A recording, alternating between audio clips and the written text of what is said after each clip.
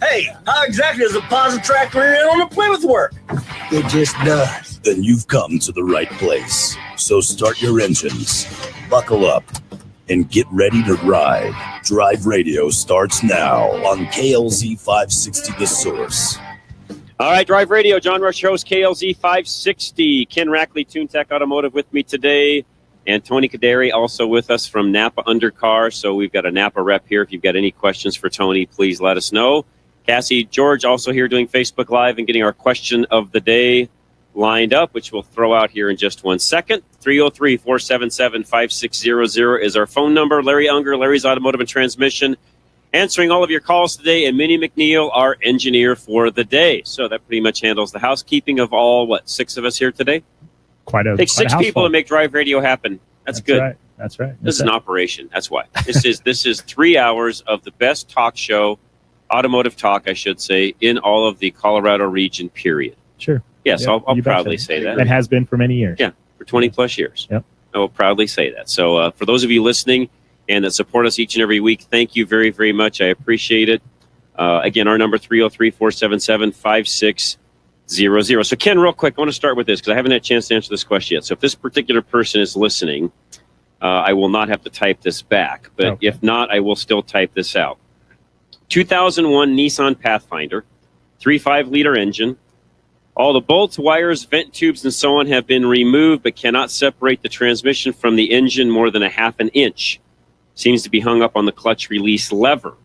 Some info says that this is a non-typical setup where clutch release lever actually pulls on the pressure plate fingers rather than pushing. Does this make any sense? If this is the case, do I need to somehow separate the throwout bearing from the pressure plate? I've never heard of such a thing. I had a similar call like that, or a guy stopped by this week actually and asked me a similar question. It wasn't I don't think it was on a Pathfinder though. He could get it moved out about an inch and nothing was hitting, nothing. So something inside was hanging up, and other than getting a major, there's no way to get up in there and separate anything. No. It's possible, and I've seen this in the past where, and so have you, Ken, where the throwout, let me see if I'm explaining this correctly, where if the throwout bearing gets to where it starts to move on the fork and it grinds a groove in the actual, what do you want to call it? The front bearing retainer. Right, yeah. Which is where the throwout bearing slides back and forth the on. slide motion and stuff like that. If it gets to where it starts to spin and it wears a big groove in there, then sometimes you've got to get like a long screwdriver pry bar up in there to get that thing moved correctly to where it will get centered and then allow everything to slide apart. I have seen that happen. Right, yes. Weird stuff happens over time, especially 2001. Well, it's 144,000 miles as well. Yes. No, not a ton of miles, but that's... No, but if something happened and that thing got to spinning, it doesn't take very long for that to happen. That's right, yeah. And so, a lot of looking and a lot of... maybe hammer and pry bar, and you hate to cause more damage, but if you can't, you got to get it apart. Yeah, right. Exactly. And if everything is, and it sounds, if he's got that, if it's slid back that far, the chances of still having a bolt or something in is real slim. It's not exactly. there. Yeah, most likely. Now, the only other thing to be looking at, if this particular caller is listening or this emailer is listening, is make sure shift linkage and all that stuff is also done and out of the way, because I've seen transmissions where, a technician thought everything was apart, but there was still a piece of linkage or, just shift or something that was still binding everything up enough where you couldn't get it slid back. When you're pulling on it, it might not be catching up near the bell housing, but it might be catching further back or, in a different spot. But correct.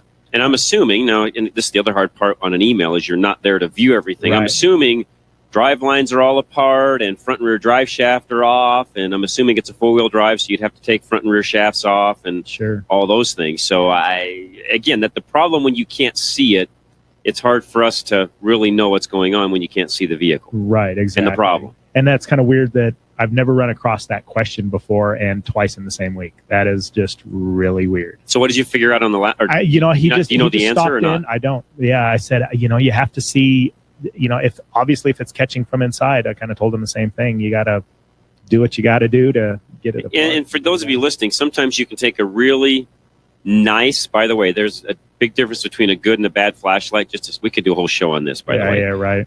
If you want a really good flashlight, you've got to spend, I'm not exaggerating, guys, $60-$70 for a decent flashlight where you can really see up inside the bell housing. And I'm not talking about a cheap Duracell, $5 flashlight from Walmart. LED. You need a Streamlight, something along those lines where you can really look up inside and see what's going on and get that beam up in there where you could really kind of, in a lot of cases, if you get a half inch of movement, you could typically look up inside there. Right. Now, that's what the advantage of having a vehicle on a lift does. You're right. Yeah. Versus being on your back on a floor mat or a towel or a creeper or whatever. Yeah. And you might have to grab a mirror, there's just so many, that's the challenges that we run into every day. It's not like, you just take this off and put it on. Welcome to our world, right? Yeah, right. Exactly. Yeah. It's like, that bolt broke. And Tony B from Undercar knows everything we just talked about. Exactly. Because there are things when it's up in the air on a rack that are much easier to deal with than it is when it's down on the ground. Oh, definitely. So, in fact, there's some things you just, frankly, I'm getting too old to do on the ground anymore. You're right. Not saying you can't do them, but I'm just too old for that. Yeah. You raise it up and stand underneath it and do what you need to. It's more efficient. You can see what's going on. Yeah, you could see a lot more. Yeah, you have a lot better picture. And there are some things, really, frankly, folks, there are some things where exhaust, it's just really, really tough to do an exhaust job with a jack. It's just almost impossible. Sure. You just can't get things maneuvered in and out well enough unless you're piecing it all together. But, when you do that, you've got more connection points and more chances for exhaust leaks. And you're right. Well, you're better off not going over axles if it's not all the way dropped down, things like that. Yeah, you've just got more room. You've got a lot better, bigger picture. And that's it. Exactly. Yeah. Mm-hmm. All right. So TuneTech Automotive, Ken Rackley here with us. Tony also from Napa Undercar with us. Question of the day, Cassie George, is what? Hello. I'm here. Cassie. Yes. So our question of the day that we are going to start out with is, what is the best car joke you know or that you've heard? As in, give us one. Oh, my gosh. I like gosh. the tailgate one. So give us the tailgate one you read off a minute ago. Oh, okay. I'll have to remember it because I exited that page. Something about why did they install heaters on the tailgate? Oh, yeah. Why did Ford install heated tailgates? Make it warmer when you're pushing it, right? To make it, to keep your hands warm while you push it back home. So those are the kind of jokes we're looking for. They don't have to be Ford jokes, by the way. You're right, exactly. Could be anything. But they can be Ford jokes. We'll take they those. can be. They'll be anything. That's right, exactly. 303-477-5600. Do we want to ask about anything thankfulness since it is Thanksgiving this week? We could. It is Thanksgiving. Maybe like it really snuck up on us. Maybe like your favorite, I don't know, favorite memory from Thanksgiving. I don't know. It doesn't have to be car related. That could just be anything. Yeah. Did you travel for Thanksgiving? Yeah. Stay Exactly. home? Call in with a joke and then tell us what you're thankful for while you're at it. Yeah, there we go. That works. Yeah. I'm thankful to be here. High atop the KLZ towers, looking out. Mm-hmm. By the way, the wind blew anything that was here away. There's no pollution. There's nothing out. It's beautiful today. Right, It's right. clear. What? Yeah, looking out at the crystal clear snow-capped I left peaks. my house. There were 2 inches of snow on the ground. Really? Nice. Yeah. Because you're up a little higher, right? Yeah, but when I got home last night, it was raining in Aurora. And when I got home last night, it was dry, just windy. And by the time we finished dinner, there was an inch on the ground. Really? Yeah. Wow. Yeah. Okay. Yep. And it was white. It was That's white okay. this morning We'll when I take left. that. Yeah. We need it, actually. We'll take a little more of that. Yeah. All right, 303-477-5600. All right, Tony, real quick. Not real quick. I shouldn't say that because we got plenty of time. What's new under Undercar? Well, new to Undercar, we have our fleet pads and our fleet rotors for any of those 3/4 ton, 1 ton pickups that are pulling fifth wheels. Any commercial truck that carries any equipment, those pads work phenomenal. So what's the difference? They're a heavier duty pad. They're all semi-metallic. The rotors actually have more of a higher carbon content in there to help withstand more heat. Okay. And they come as kind of a kit, don't they? Yes. In some cases. Yeah. You can buy you can get them package. as a kit. Okay. A lot of the police applications, we have kits for those. If there's not a kit available, then yes, definitely you can get the pads and the rotors separately. Okay. Yeah. I've just noticed a lot more kits available for, passenger cars and stuff along those lines too. So, yes. Yeah, that's great. Okay, so Cassie just threw another joke my way. For those of you that are against us, saying the Ford jokes, how do you improve the look of a Chevy? park it between two Fords. It's there's tons of them out there. It's yes, there is. Well, and see, Ford really got the bad end of that because it's a 4-letter F word. Yes. So fix on road or find on road day. You're right, exactly. Fix and repair daily. Yeah, I mean, so it's they just sort of rolls it just off rolls your tongue with the Ford, right? Exactly. And the other one is Ford knew right off the bat that they were going to have problems, so they just circled it right off the bat. right, exactly. And I just happen to be driving a Ford today. Really? My only Ford. I'm driving it today. I've got I own one of about each. I've got a Ford, a Chrysler, yeah, me too. A bunch of Chevys, but hey, it's yeah. Why is a Chevrolet an environmentally friendly car? Because it never starts. Oh.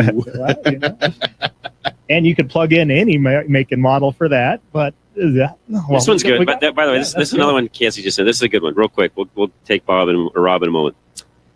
Two blondes are talking to one another. Elizabeth, did you know that your 0000 car is actually called an Audi?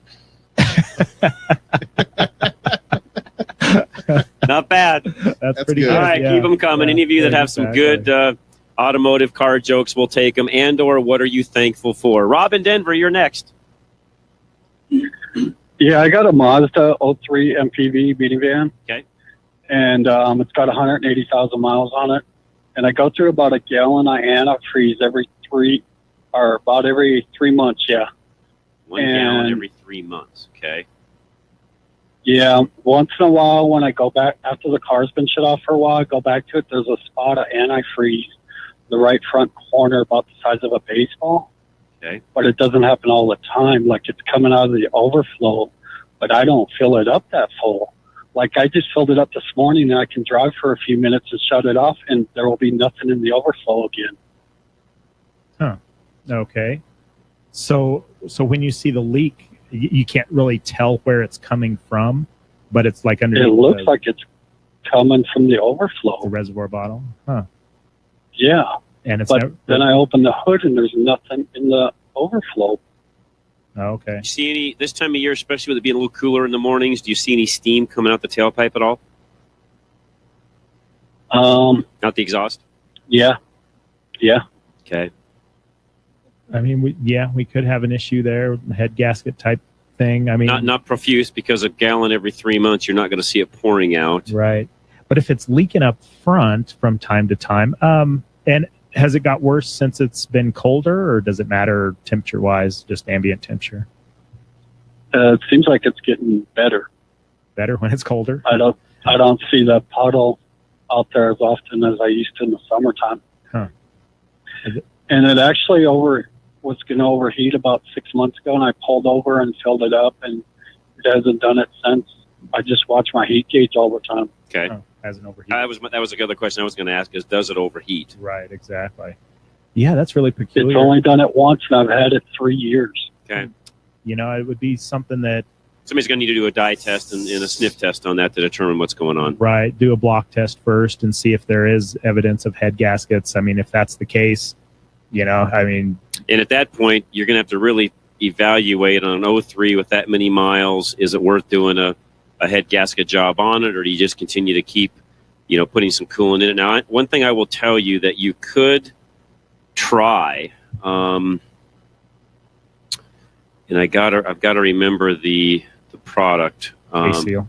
K-Seal. Yeah. You could put some K-Seal in it, which is a coolant sealant, and Napa sells it. And it comes in a little jug, I guess you could call it. It's I don't know, pint size roughly. Yeah, it's a little bottle, about a pint. Or half pint, yeah. And what you'd want to do is when it's down a little bit, you'd want to add that in and just follow the instructions on the bottle. This is something anybody can do. Rob, you wouldn't be out much by trying that. Right. And I mean, if I would try to figure out where that leak is coming from first, because I mean, obviously if it's leaking from there, it could just be a transfer hose, it could be the hose from the reservoir bottle over to the radiator, and that's why I asked temperature wise, because a lot of times in cooler weather they will leak more because the hose is less pliable. By putting a clamp on both ends of that sometimes will help. Maybe there's a small crack in the reservoir. It's just so hard to say, but figuring out where that leak is coming from first. We try not to put any kind of sealer in systems until you know, unless it's unless it's the last ditch effort. And so I would definitely try to get it up on a rack and see if you can figure out where that leak is coming from. I know it's intermittent. Okay, but and that product was called K-Seal? K-Seal, yes, K-Seal. K with the K and then okay, S-E-A-L. Mm-hmm. One other question. What do you guys know about that oil additive that you put in and you only need to change your oil once a year? Never heard of such a thing. I haven't heard of any additives. The full synthetic. It's like $50 a gallon at Walmart, but they say if you put that in, it's just like oil. You put that in and you only have to change your oil once a year.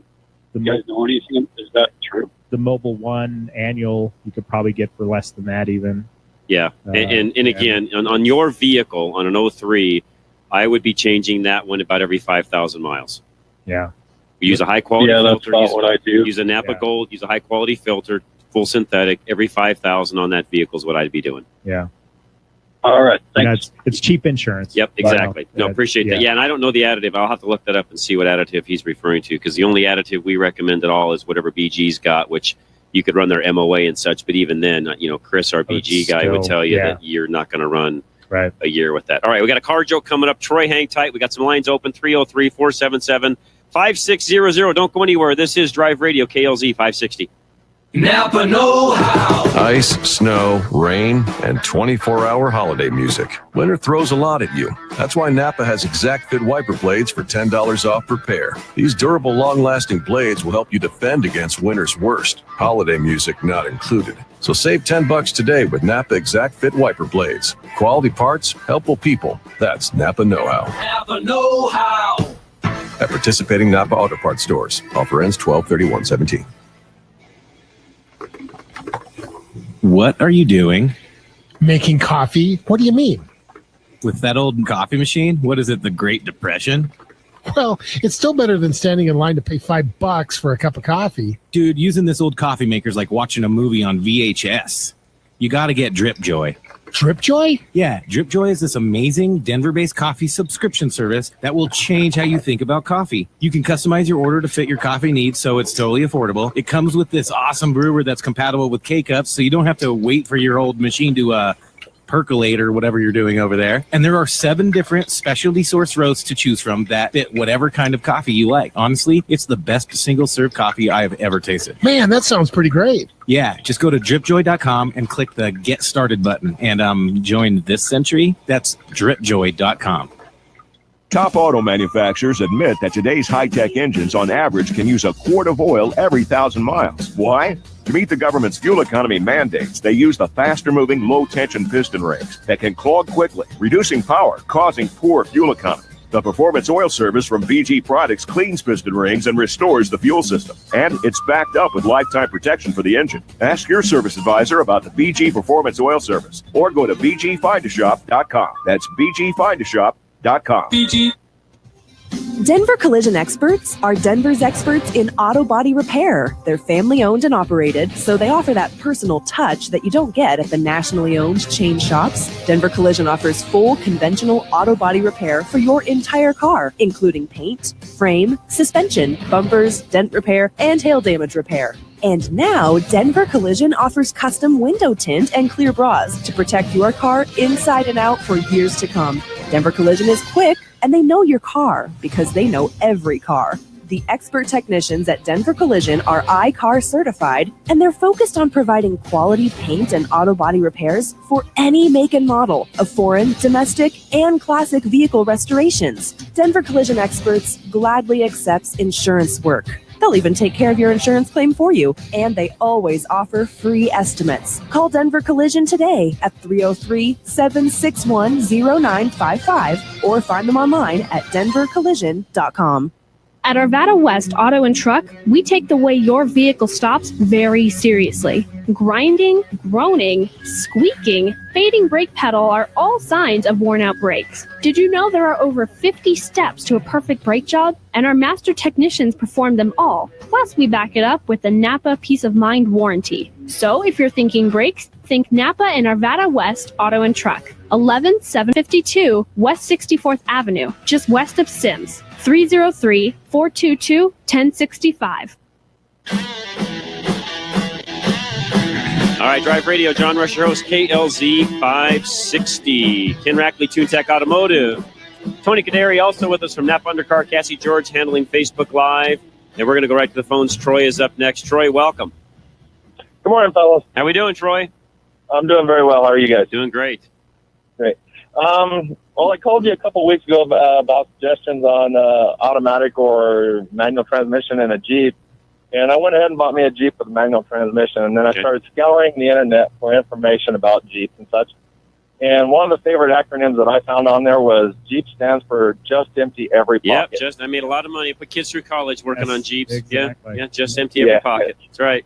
So, yeah, I just thought that was a funny one I heard. And as far as thankful for you guys' radio show and family and a lot of stuff, so just thank be you, a great Troy. week. Appreciate that very much, Troy. Yeah. Thank you very much. Thank Appreciate that. And good luck with you on the Jeep. And yeah, I mean, that was always a joke we had. But, the reality is if you do the Jeep right and you invest in it correctly, what I mean by that is do the right upgrades and fix it up and keep it up to speed and so on.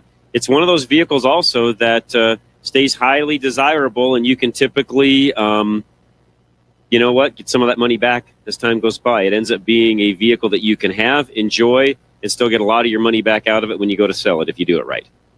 And not every vehicle can you do that with. So, just a side note. Arnie in Foxfield, you are next. What's going on, sir? Hi. Ken, I decided to call you in here rather than bothering you at work because this is kind of a non-essential question. Okay. Hey, Arnie, there's no such thing. There's no such thing as non-essential questions. Well, this is you're educating an old man. Okay, well, that's what we're here for. Cam and crank sensors. Okay, there was a note in the Post, this talk or this car talk thing in the Post, a guy had sent in, they were commenting on a letter the guy got. He had an old Explorer, if I remember right, and that he drives 40 miles a year on some island off the East Coast. And the cam sensor, he's getting a code about the cam sensor failure, and basically the comment was, well, if it runs, just go ahead and run it for no more than that, and you're not going to hurt anything. Right. Here was my question. My grasp is on the old days when you had positive mechanical connection between the crankshaft and the distributor. There was no variation available between them. Mm-hmm. Then comes along, you have crank sensors that tell you where your pistons are, so you can adjust fuel and timing and things like that. And then the crank now can be varied relative. The cam can be varied relative to the crank. I guess the question I really had was, this apparently, at least not in let's say 10-year-old cars, this variation between the crank and the cam can be done in very minute and limited amounts. Does that make sense? You mean when they're trying to coordinate the two? Well, you have the ability to measure the position of each relative to each other, apparently. Sure. But you obviously can't change them a hell of a lot, or the engine won't run. Right. Well, and so the crank initially the cam sensors were for initial startup. Once they were started, they didn't really do much. Okay. Because it took on those early Jeeps, like those 87 4-liters, they took quite a while to 4 actually revolutions. crank. Yeah, I believe 4. Yeah, I think it was 4 revolutions because it had to figure out where the number one was according to the crank and all that stuff. Okay, they started using camshaft sensors to I'm number one. Yeah, right here. So and then it can actually start firing. Sped up that. Yeah, and you wouldn't have to Ken's point on some of that. You wouldn't have the ability to do the start-stop technology we've got today without some of that newer technology. Right. Yeah. Right. Exactly. Those old Jeeps, there's no way you could have done that. Yeah. Right. Yeah. Exactly. And then on the newer ones, they do.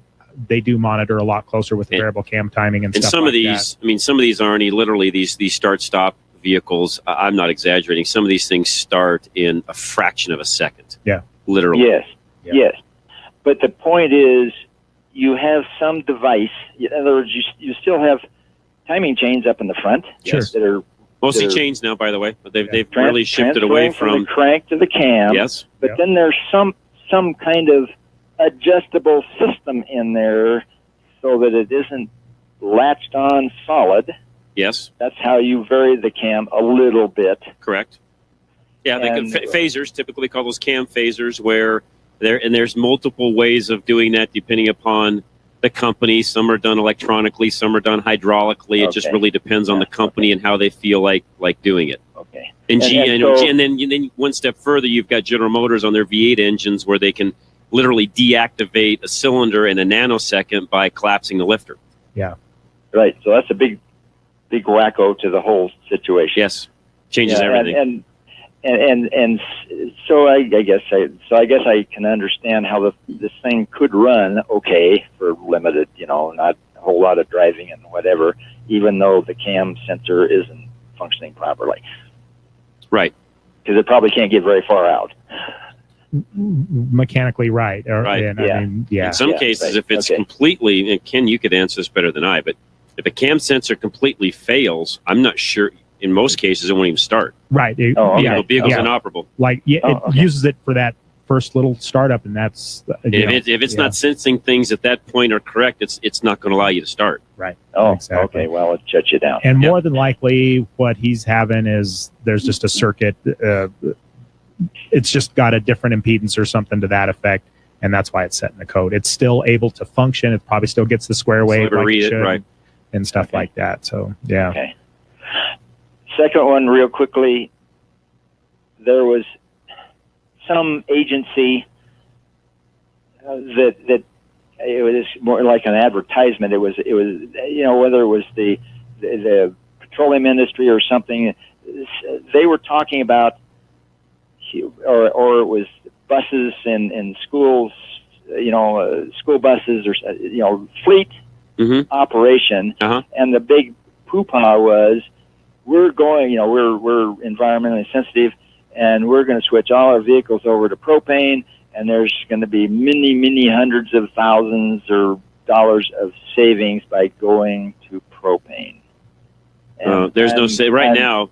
I don't know why somebody would be, I'll just say it as it is, dumb enough to think that's the case right now, because at the cost of gasoline today, no, you can't switch to propane and save any money. I've done the math for my own fleet. There's no savings there at all.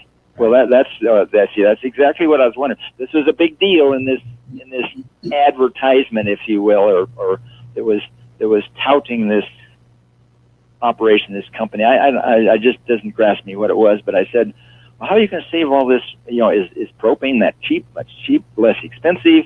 Does the vehicle get much better mileage, if you will? No, they lose mileage actually, because the propane doesn't have the same BTU that gasoline has, so it takes about, Ken, correct me if I'm wrong, but 20-25% more propane typically, so your mileage will basically drop 20-25% by going to propane typically. Right. Exactly. So why do it?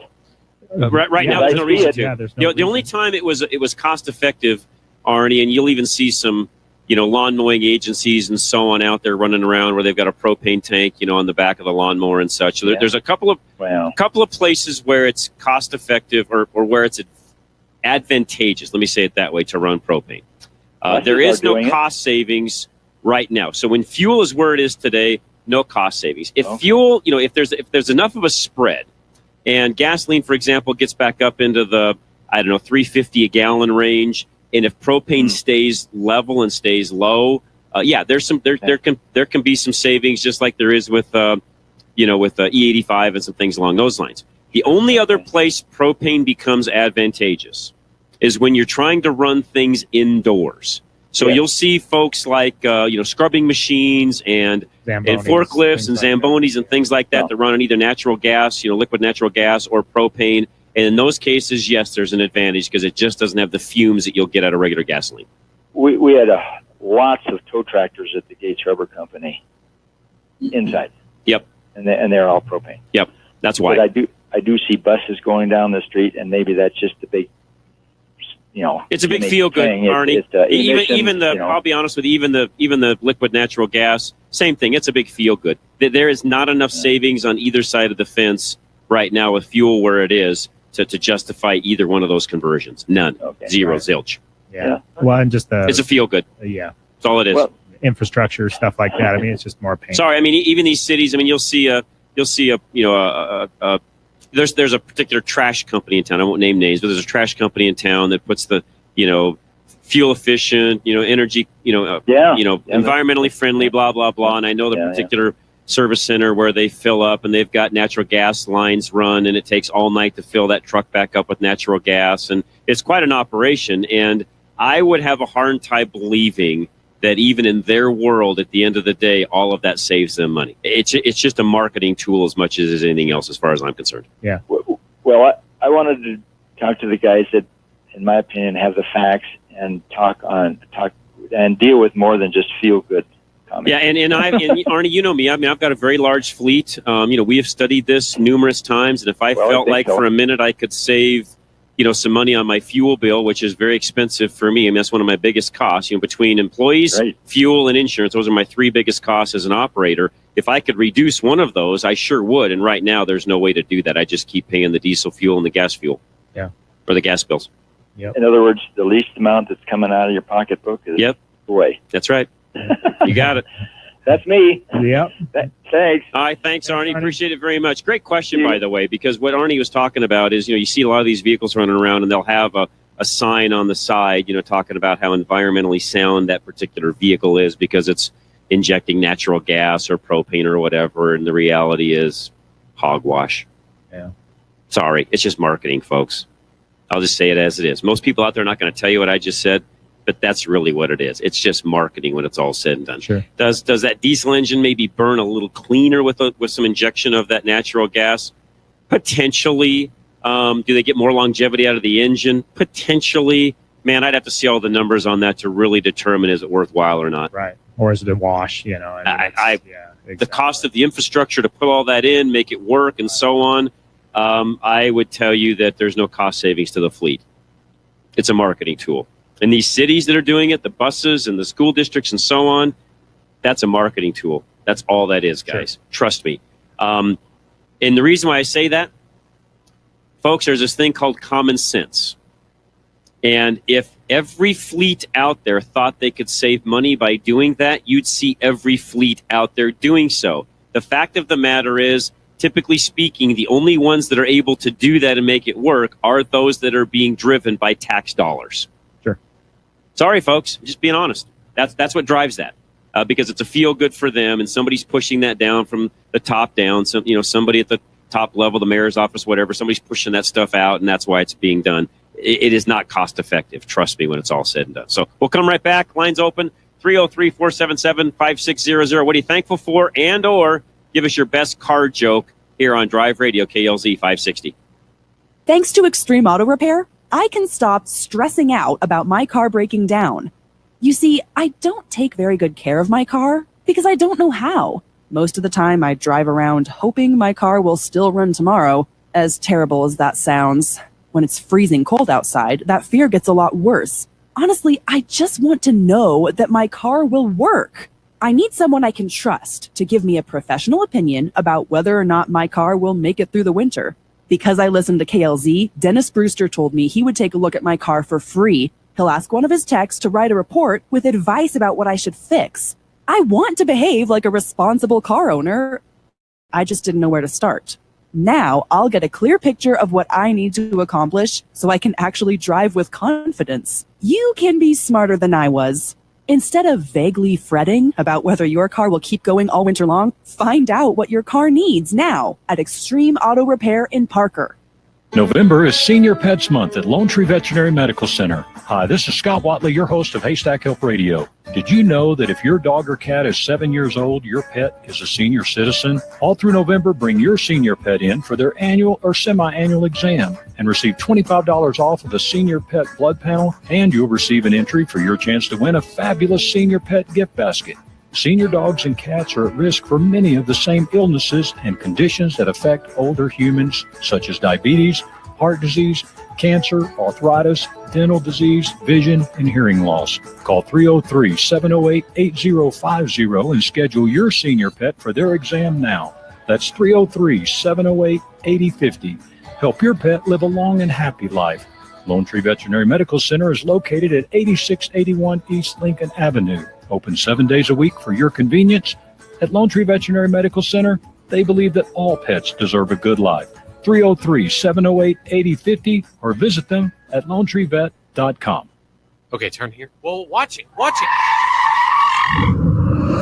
During the moment when you're in a serious car accident, you aren't thinking about who's at fault. Oh no, what if I never hear my kids laugh again?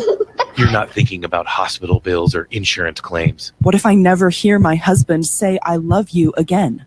I changed your oil. And you're not thinking about police reports or who your lawyer should be. I never thought this would happen to me. In the split second when you're in a car accident, you're thinking about the most important things in life. When you've been in an accident, call Kevin Flesh of Flesh Law at 303-806-8886. Kevin will help you determine who's at fault, what to say to the insurance company, and who will help pay for your hospital bills so you can get back to thinking about the important things. That's Kevin Flesh of Flesh Law at 303-806-8886. Napa know-how.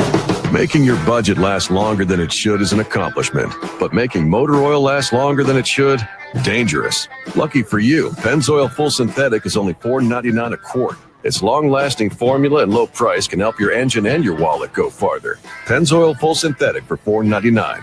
Quality parts, helpful people. That's Napa know-how. Napa know-how. General States pricing. Sales prices do not include applicable state, local taxes, or recycling fees. Offer ends 12/31/17. When you get your business in front of our Drive Radio listeners, you gain the attention of the cream of the crop. We're not just saying that. We love our listeners because they're not necessarily looking for the cheapest deal. They're looking for real value. As a small business owner, you offer every customer good old-fashioned, face-to-face customer service, and that's exactly what matters to our Drive Radio audience. You will see a consistent financial return when you become a long-term advertising partner on Drive Radio. We've seen it again and again with business partners like Napa Auto Parts, attorneys Michael Bailey and Kevin Flesh, Larry from Larry's Auto, and of course our very own John Rush, owner of Colorado Select. Email me, Dan at drive-radio.com to get your business on air this month. Gain the attention of loyal Drive Radio listeners and start seeing a measurable ROI by advertising during the show. Email me, Damior today, Dan at drive-radio.com.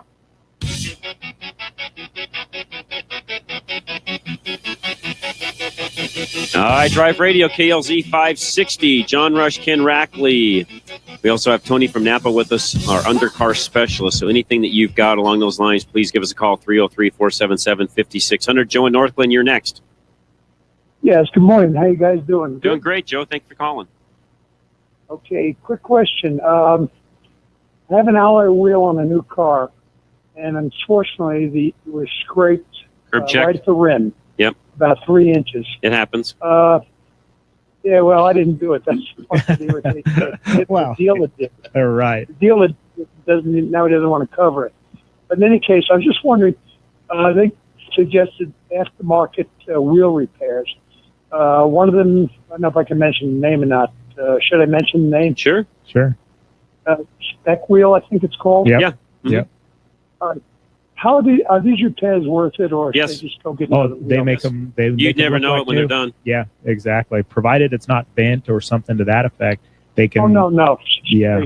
Yeah, they can. And by the way, there's even some guys out there that can even straighten some of them and true them up if they are. And they do that too for straightening and stuff. But yeah, because they'll actually if they're just curb checked, they can fix that really easily. Yeah. And there's guys like them that are stationary. There's also guys that have complete trailer operations that will pull up and do it right at your home or your work. I mean, you name it. Let me just tell you what, after driving all these press cars that I drive, some of these journalists curb check every stinking wheel on the car. So yeah, these guys are really handy. Yeah. Well, the only reason why I asked you is I'm really anal about wheels and tires. Yep. And the thing is, it doesn't affect the trueness of the wheel, the feeling of the wheel. No, not at all.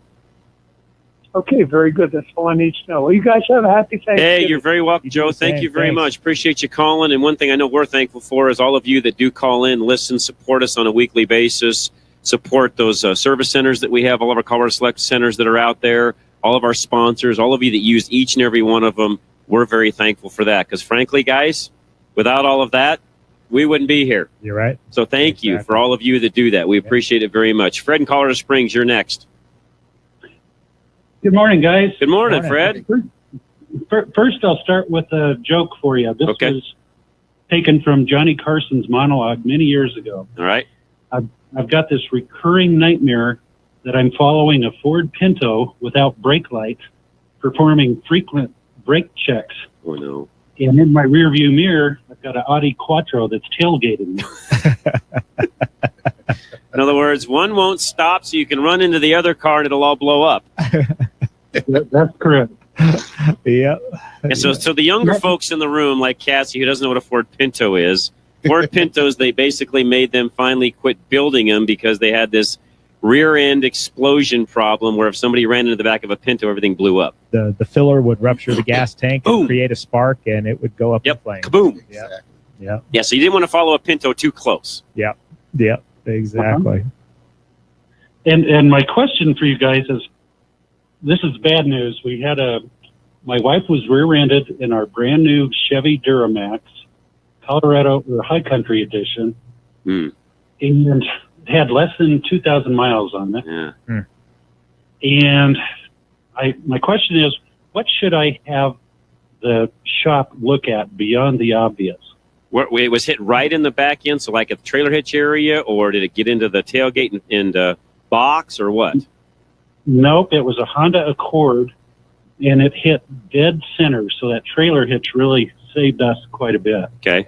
The Honda didn't fare too well. Right. They usually don't. Yeah. I mean, we just had one of our fleet trucks run into similarly to that, Fred. Did a little bit of bumper damage and kind of got into the box a little bit.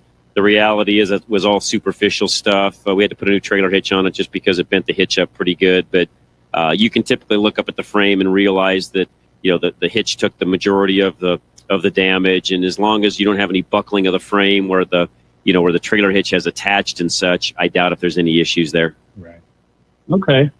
Do you guys have any recommendations on a good body shop? Yes, we do. Yeah, Denver Collision, who's one of our sponsors. In fact, they just fixed the truck I just mentioned to you about 2 weeks ago, I should say.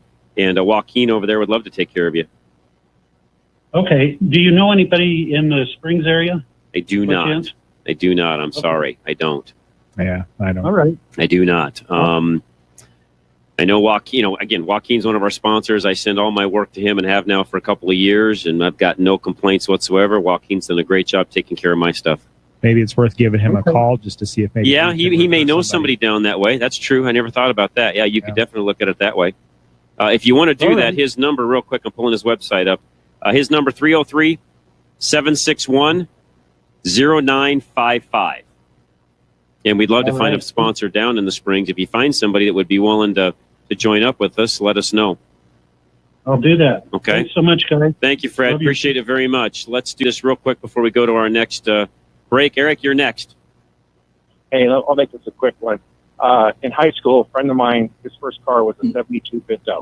Oh, no. He had it about 6 months. He was sitting at the red light at 88 at Wadsworth. Looking to make a right turn.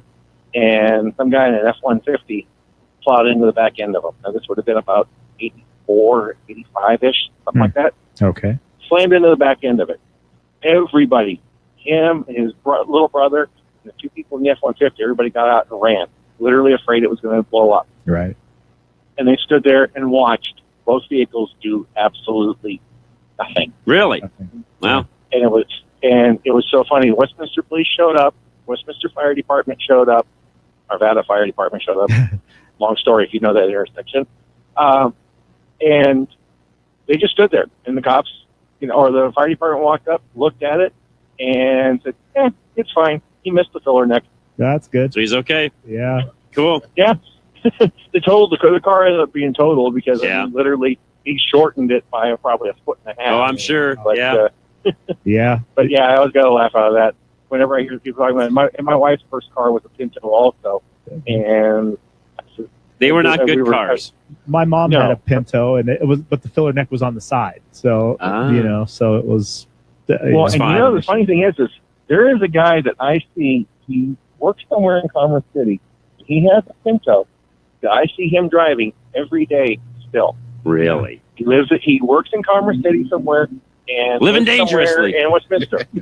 Yeah. I don't know how many miles that car. I mean, it's a clean looking car. I don't know if maybe it was restored what. Is it a green one, like a pea green one? It might be. Oh, okay. I see one in our neighborhood at work. Yeah. Really? Yeah. I mean, on a regular basis, once, twice a week. Yeah. Yeah. Somebody's still tooling around in one. Yeah. Yeah. It's like, hey, more power to them. Yep. Yeah. All right. Yep. Hey, good stuff. Eric, thanks for the phone call. Appreciate it very much. We've got one segment left here when we come back, so don't go away. Your favorite car joke or what you're thankful for. 303-477-5600. This is Drive Radio. We'll be right back. Don't go anywhere. Right here on KLZ 560.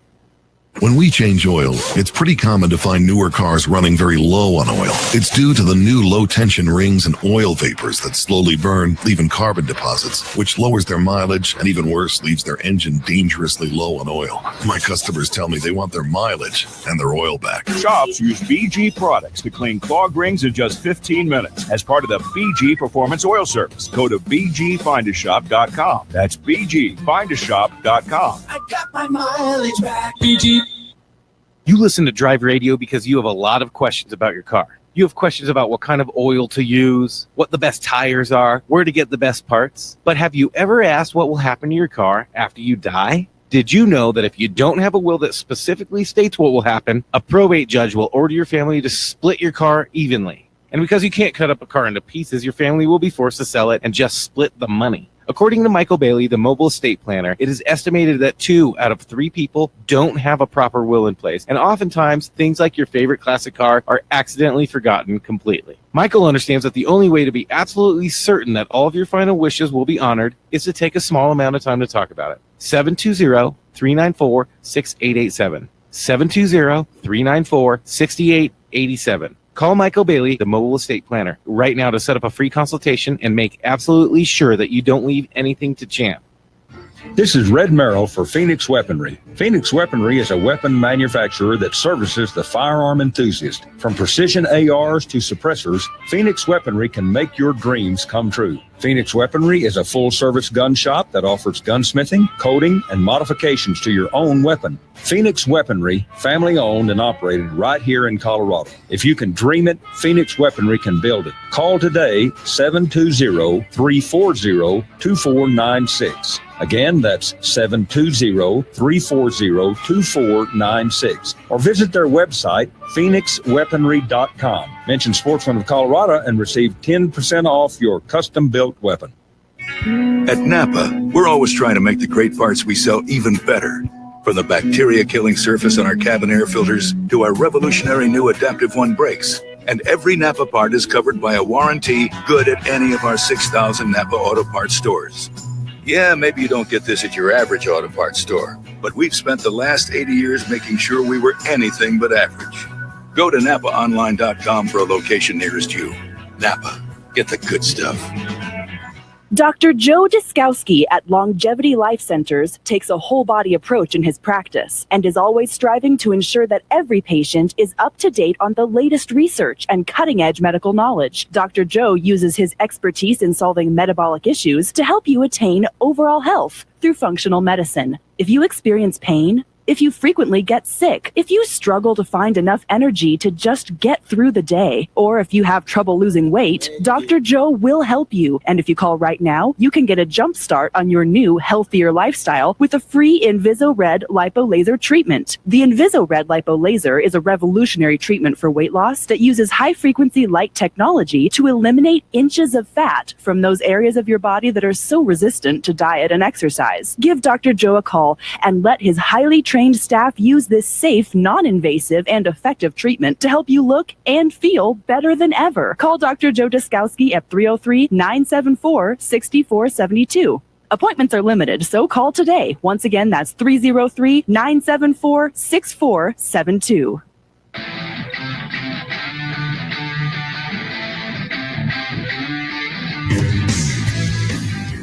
All right, Drive Radio, KLZ 560. Ken Rackley, TuneTech Automotive with us today out in Colfax and 225. So if you need anything in the Aurora area, just head on over to TuneTech. Just go to 225 Colfax East for about an eighth of a mile. Look on the north side of the road. You'll see Ken. Yep. Which, for those of you that are not from around here, if you're heading east towards Kansas, north is left. Just saying. Yep. Right? So, yep, between Chambers and So if you're Sable. away from the mountains, left is north. That's right. Right? That's right. If you're Right headed towards is the south. mountain, it's right. Yeah. Yeah. Okay. Exactly. Right. I mean, around here, it's always like, what direction? Well, I don't know. Where are the mountains? Okay, there's You're west. right, yeah. That's easy. Easy to get bearings here. It Yeah, is. Exactly. For us that are natives, you get to a state that's more plainish. It's like, where's am I the at? sun? Yeah. What Okay. time of year is Where's it? the moss? Yeah. So I know where the north side of things are. Right. Right. All right. Tony also was with us from Napa Undercar. And we were talking during the break, Tony. What is Undercar? Undercar is anything that supports your suspension, U-joints, brakes, exhaust, chassis, shocks, anything that's in the front end that helps your vehicle move and ride smoothly. So anything that's under the vehicle that makes us go forward. Right. Axles, U-joints, brakes, Control control arms, seals, everything. Bushings. Power steering system. Is clutch and all that stuff included in yours too? Yes. That's all Undercar as well? Okay, that's what I figured. So clutch, transfer case shift motors, any of that kind of stuff? Yep. All the So really any of the driveline componentry plus front end brakes and all that stuff. Right. Correct. Okay. Now at one point in time, brakes was its own deal, right? Yes. Quite a few years ago, they had brakes and chassis as one group, and just over the years, we've all merged together, which makes sense. Consolidation, because, sure.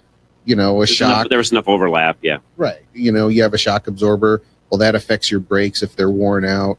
That affects all your suspension, all your chassis parts. Okay. So it just makes more sense when you have one person helping out with all that. Okay, so this question may very well go along with you as well, Tony. So Ryan on Facebook wrote in, how long should tires last on a vehicle? I'm only getting 20 to 25,000 miles on my 3/4 ton Duramax before the tires are worn down to the wear bars, despite having a four-wheel alignment when the tires were put on and rotating every 4,000 to 5,000 miles. Same situation on an SUV, 20 to 25,000 miles. Is this normal? Well, I would say it depends on what tire you have. I would agree. There's so many different ratings. You can get 40,000 up to 70,000 mile rated tires. Yep. Shock absorbers will definitely wear your tires out faster if they're worn out. There's more wear on them. Driving habits. Alignment. Yeah, exactly. What you're driving on. Right. Exactly. Where are you driving? What are you driving on? Do you live in the mountains? Are you doing a lot of cornering? How are you braking? A lot of different combinations come into play when it comes to how fast tires wear. Max pressure. Yeah, exactly. Type of tire. And I mean by type of tire is it really depends on the tire you're buying initially, including even tread depth. Some tires come with a lot more tread on them initially than other tires do, and you've got to look at all of those specs when you're buying a tire to see what's that long-term effect. And keep in mind, the longer the tire will last typically means it's got a harder tire rubber compound to it, which means when we get into the snow and the ice and the stuff that we have here, doesn't work as well on that type of a surface. As for all season, there's a give and take. Yep. Or a winter tire, which is even going to be softer. Yeah, right. And so you really got to look at what are you buying. So that's such a broad question that really would almost need. And Cassie, you could do this. Ask Ryan what brand of tire he's actually using, and that would give us maybe a little bit of an indicator as to why those things are wearing out as quickly as they are. The other problem you've got on the Duramax is they're very heavy in the front. Yeah, exactly. With the diesel engine. Exactly, and if they're using a non-LT tire. You can't. You have to on that. You got to be on that one. You got to run a 10-ply on that truck for sure. Yeah. Which again, it has to be 10-ply. If you run an 8-ply tire, there's another reason for potential wear. But if it's a full 10-ply tire, again, everything else we just said also would apply. But that vehicle's heavy in the front end. Very. Yeah. You need to put a good tire on that. I've had and probably you too, John. Just depending on the tires that you run. The factory tires are going to last 20 to 30,000 from my experience. Yep. And all the tires that I've put on after that, if they're a a Cooper or something like that, about 30,000 on those. The Michelins, pay more for them. They're a harder rubber, so maybe you don't get the traction and stuff on the slick surfaces. But yeah, I mean, they go 50 plus. So it's. And I will just tell you, as a fleet operator, we've tried. Gosh, I shouldn't say every brand, but we'll cycle through, and I'll be real honest. We spend enough money on tires that, frankly, when it comes time to buy tires, it typically for us is, let's compare apples to apples, but who's got the cheapest price on tires? Because I'm buying, enough of them that it's an expense. Yeah. Back to our fuel conversation we had a little bit ago. So if I can buy a tire that will last a little longer than another, I will. But I'll be honest with you, Ken. Quite frankly, everything you just said a moment ago. When it comes to the fleet side of the fence and the way my guys, drive and what we're doing and so on, there isn't hardly a hill of beans bit of difference from one manufacturer to the other. Right. Yeah. When we're talking the same basic all-season type tire, there's not a lot of difference. Yeah. Which I need, plowing snow, doing some of the other things we do and so on. The heavy mud type tires, in my world on the fleet, they work really well when you're plowing snow and such, but they're terrible for the wear. So I don't go that route. Right. Yeah. Exactly. We try to run a regular typical. All season. In fact, if I can get a little bit more of a highway tread, I will, because they typically will wear longer. Yeah. Even though I don't have quite the traction in the wintertime, but they will, they'll typically wear longer. Yeah. So tires is funny. You really need to get into all the different specs, as Tony said a moment ago. Read all about them. See exactly what your specs say. What's the hardness of the rubber? What's the longevity? All of that comes into play. And then, as Ken said earlier, too, make sure you're, alignment when the tires are put on. I would be aligning every year. Yeah. Oh, yeah. I'd be doing alignment once a year. Yeah. I wouldn't do it any other way. Right. And then once you do that, keep everything up to speed, keep tire pressures where they need to be, and hopefully get some longevity out of it that way. But, and I realize, folks, tires are not cheap. It is one of the expenses on vehicles that, quite frankly, whether you're driving a gas, an electric, an LNG, an electric, whatever. It doesn't matter what it is. If it's got 4 wheels and tires on it, guess what you're going to put on? Tires. Yeah, exactly. And as a side note, real quick, by the way, those of you out there driving vehicles that have the regenerative braking built in, whether that be a hybrid, some of the electric vehicles, some of the combo vehicles, and some of the vehicles even now that are doing some regenerative braking just to help with some of the other electronics on the vehicle, you're going to have a little more tire wear with regenerative braking. Just the way it is. Just more drag, yeah. There's drag on both. It's not just when you're taking off now. You've got drag both directions, and you typically are not going to have the tire wear or as good a tire wear in that circumstance as you normally would. So, all right, we'll come back. Hour number 2 coming up next. If it's Sunday morning, thank you so much for listening. We do appreciate it. You cannot call us, but you sure can email us your questions. John at drive-radio.com. Also, send us a text message, 307-200-8222. This is Drive Radio, KLZ 560. Still haven't had enough? Go to drive-radio.com. Email your questions and comments. Download previous programs and find lots of useful information, including your nearest Colorado Select Auto Care Center. That's drive-radio.com. Thanks for listening to Drive Radio, sponsored by the member shops of Colorado Select Auto Care Centers on KLZ 560. A safe space for those who like to think. Rush to Reason, weekdays from 3 to 7 on KLZ 560. Tune in to KLZ 560 every morning starting at 5 a.m. for Daybreak with Angie Austin. And get the professionals from The Blaze, Heat Street, Faithwire, Fox News, Breitbart, and more. Dr. Kevin Fitzgerald of Nat Geo Wild, our friend, author, speaker, Jim Stovall, Billy Hollowell, our friend with Faithwire, author and speaker, Arlene Pelicane. Michael Pelka with The Blaze is joining us. Daybreak with Angie Austin every morning from 5 to 7 and again at 11 right here on KLZ 560. This is KLZ Denver, the source, AM and FM, AM 560 and 1220, and now on FM 95.3 and 100.7. Online, streaming at 560thesource.com, KLDC Denver, KLDC HD Denver, and KLZ HD Denver. This is the Crawford Broadcasting Company.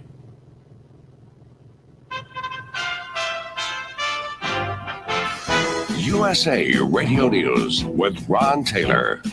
I believe in the Republican Party and what we stand for, and most important, we need to have a Republican in the United States Senate. Alabama Governor Kay Ivey plans to vote for Roy Moore in the U.S. Senate race despite the misconduct claims against him.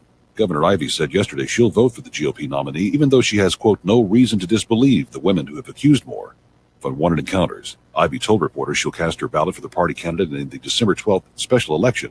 The governor's comments came on the same day as Moore's wife, Kayla, said her husband would not drop out of the race. President Trump is having second thoughts about lifting a ban on importing elephant trophies from Africa. In a tweet Friday night, the president says he's decided to put the big game trophy decision on hold until he reviews all the conservation facts.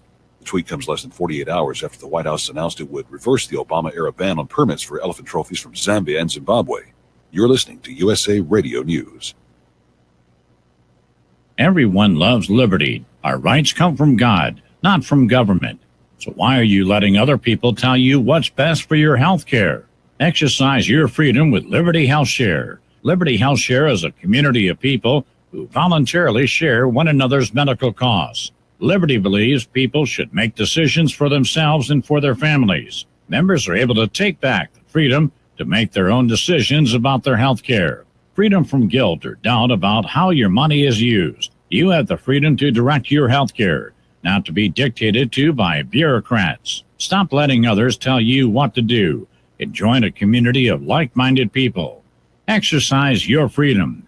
Join Liberty Health Share and take back the control of your health care while helping those around you. Call us at 855-58-LIBERTY for more information or check us out online at libertyhealthshare.org.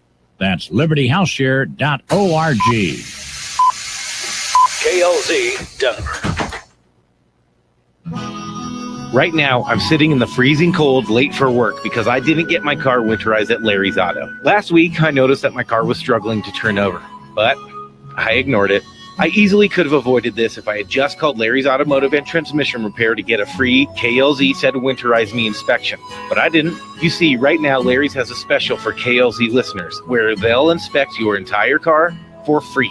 They'll perform a complete vehicle maintenance and safety inspection, paying special attention to all those items that are important in the winter, like your wiper blades and fluids, your belts and hoses, your tires, and your battery. And if they do find something wrong, KLZ listeners like us get special discounted pricing. I could have avoided this if I had just called Colorado Select member Larry's Automotive and Transmission Repair and said, KLZ said winterize me. Don't be like me. Call Larry's Automotive and Transmission at 303-427-2108. Say KLZ said winterize me and schedule your free pre-winter inspection before it's too late. Call 303-427-2108 and say KLZ said winterize me. The phrase tune-up is a thing of the past on modern vehicles. It's now called maintenance services, and there's no one-size-fits-all for tune-ups. Most often, we have to inspect and use a scan tool to diagnose for tune-ups. Maintenance tune-up intervals are usually identified in the vehicle owner manuals. At Arvada West Auto and Truck, we can help to make sense of what your vehicle needs to keep it running the way it should. Call or stop in at Arvada West Auto and Truck, 11752 West 64th Avenue, just west of Sims, 303-422-1065. Being an expert on general automotive knowledge, what would the correct ignition timing be on a 1955 Bel Air Chevrolet with a 327 cubic inch engine and a 4-barrel carburetor? It is a trick question. What's this? The Chevy didn't make a 327 in 55. The 327 didn't come out till 62. And it wasn't offered in the Bel Air with a 4-barrel carb till 64. However, in 1964, the correct ignition timing would be 4 degrees before top dead center. Get ready for another hour of Drive Radio, brought to you by Colorado Select Auto Care Centers. Got a question for the experts? Then give them a call, 303-477-5600. Now it's time to pop the hood and get our hands dirty. Drive Radio on KLZ 560 The Source. All right, this is Drive Radio, KLZ 560. Hour number 2 is upon us. John Rush, Tony Kaderi from Napa Undercar with us. Napa Undercar is everything that makes your vehicle go down the road.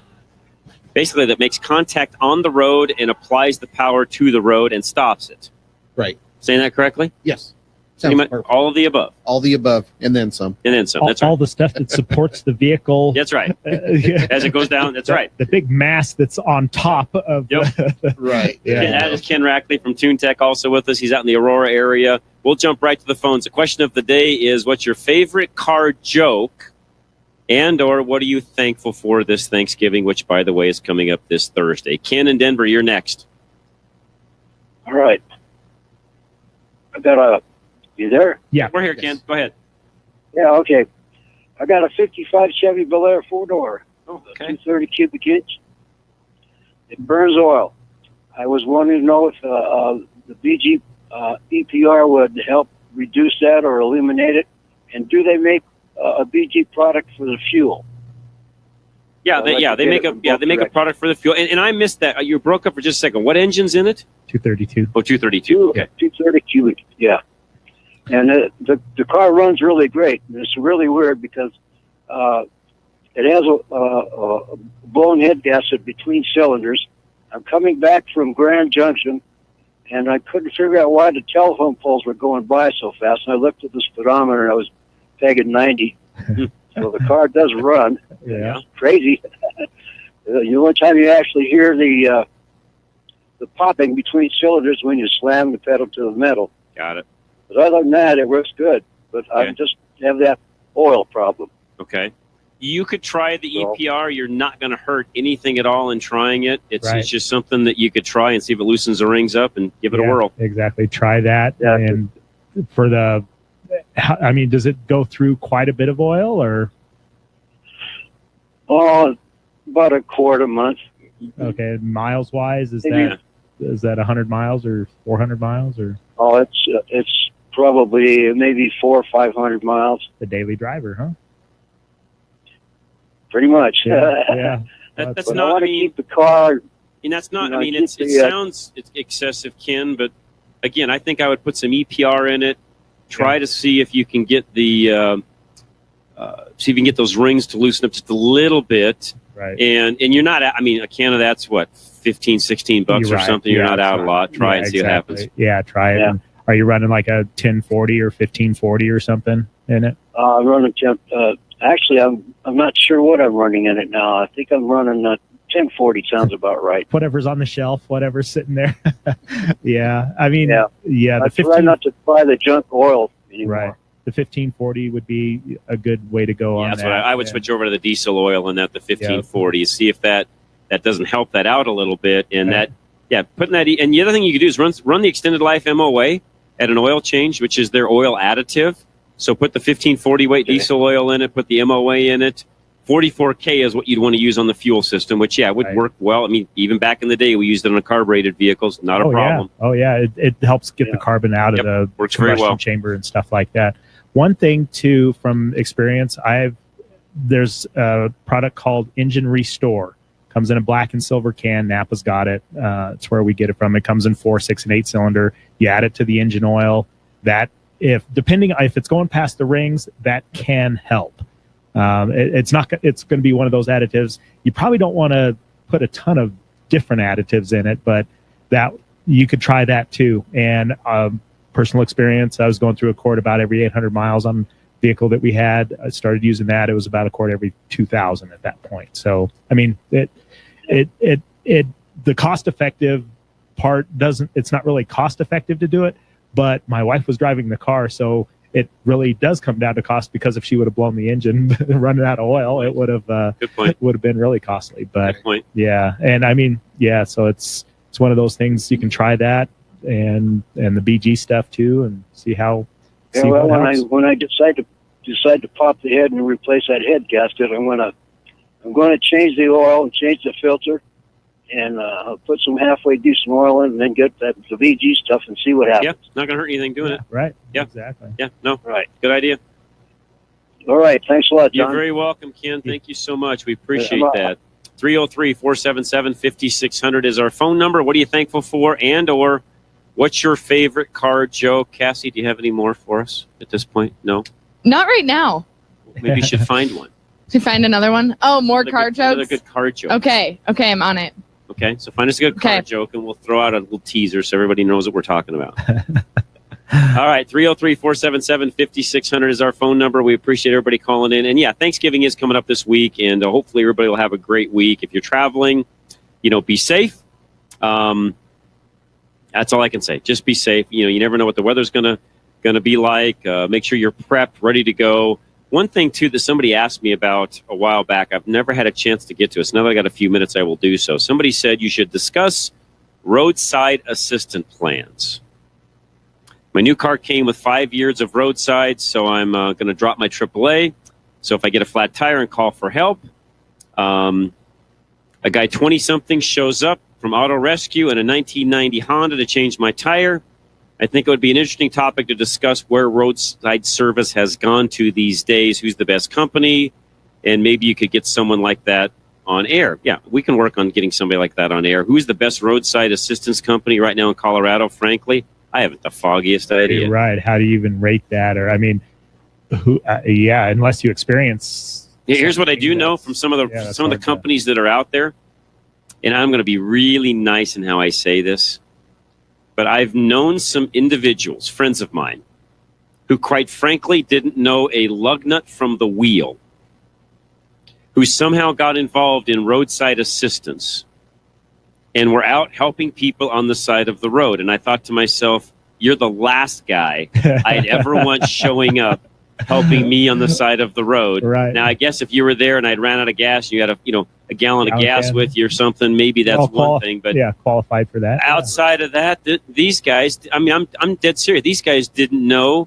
a lug nut from from the spare tire hardly. Yeah, right. And I'm not exaggerating. Yeah. And they're the roadside assistance guys. Sure.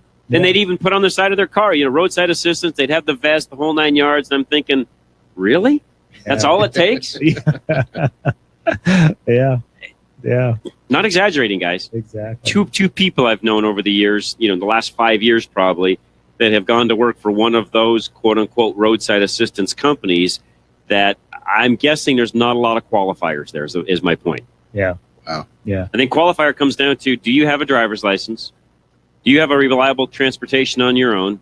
And can you change a tire? Can you dial for assistance when you get there? Call a tow truck. Yeah. It can't be much more than that, because these guys, I mean, literally, they carry a jumper cables around with them, which, by the way, I would never have anybody jump start my vehicle anyways. If they didn't have a good jump box, they're not touching my car. Could these guys change a flat? Well, I don't know. I guess so, maybe. I don't know. If you're driving down the highway and your battery goes dead and you need a jump start, it's not going to do any good. I mean, if that goes dead while you're driving, a jump start's going to get you another 60 feet down the road, and you're going to be on the that's what I say. Unless you've got a jump box where you could attach that thing somehow and drive to the next exit or something, you're not getting off the road. Yeah, exactly. At that point. Yeah. I mean, run out of gas, that's one thing.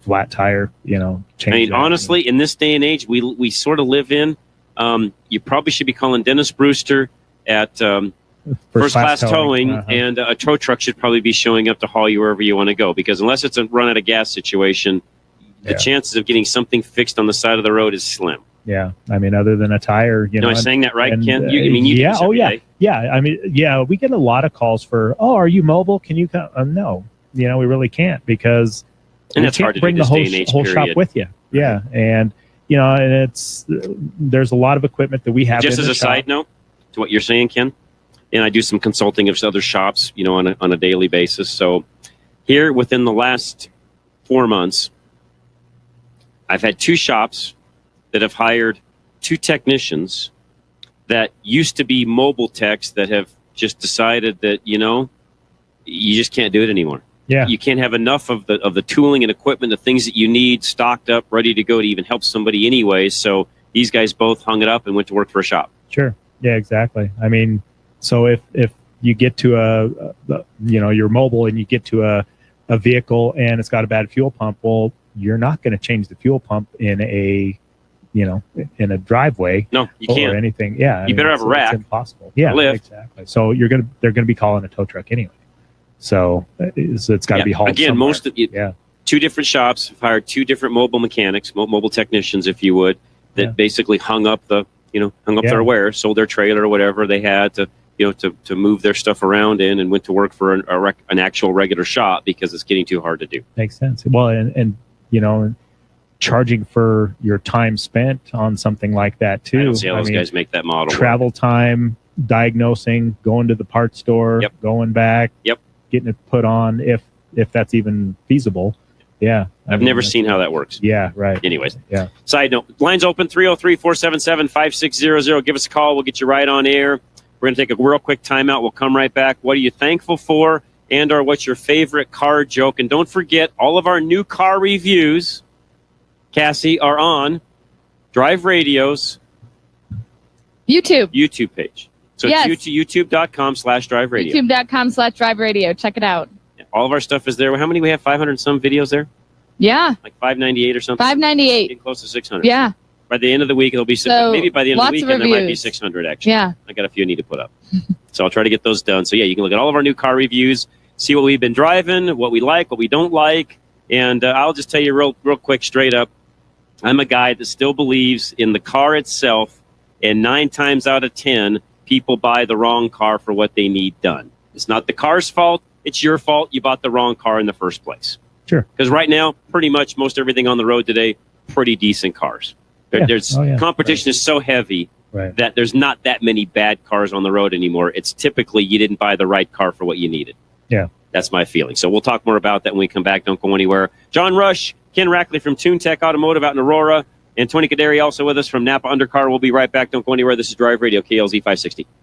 Napa know-how. A Napa guy knows that by the foot, there's no better ride than an old station wagon. Room for 6 people facing forward, 2 people facing backward, and a whole lot of luggage, lumber, and bicycles haphazardly strapped to the roof. If you can parallel park that beast, you can park anything. And with some quality parts and a little Napa know-how, you can keep your land ship running longer, stronger.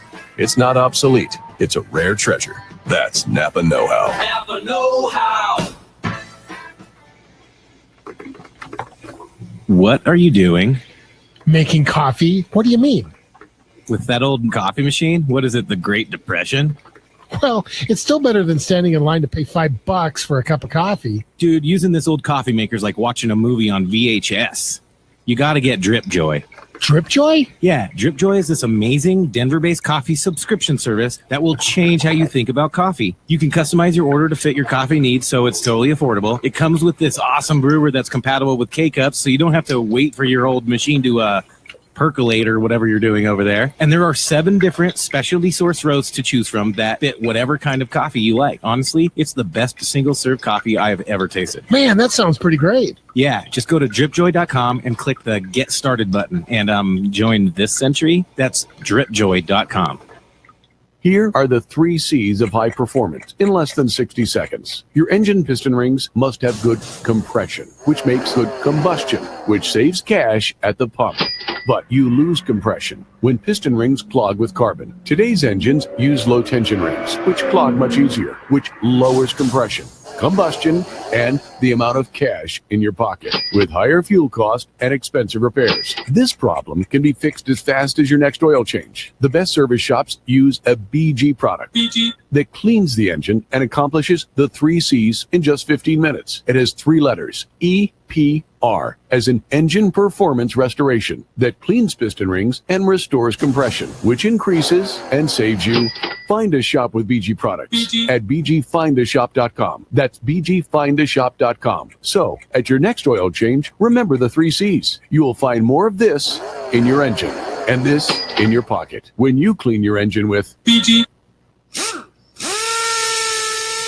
Hey, Northern Colorado. The sisters from Community Auto here. Just letting you know we got your back. We have a happy family here at Community Auto and would love for you to be a part. We've come a long way since opening shop more than 20 years ago. Thanks, Dad. As Small Business of the Year 2015, featured in Parts and People and among the top shops in Colorado, we'd like to thank you for trusting us with your vehicle.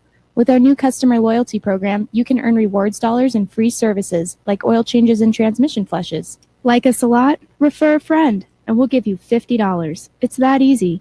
Auto repair doesn't have to be painful. Actually, with us, it's pretty fun. We know that a happy car will get you far, so we'll fix and maintain yours with a smile. We're fun, fresh, and good at what we do. Call us today or visit us at communityautoinc.com. We'd love to meet you.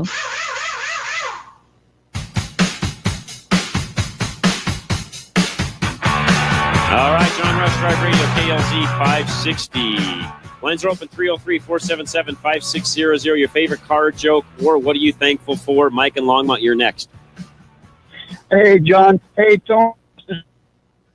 Uh-oh. We lost you. Come back, Mike. John? There we go. There we go. Okay.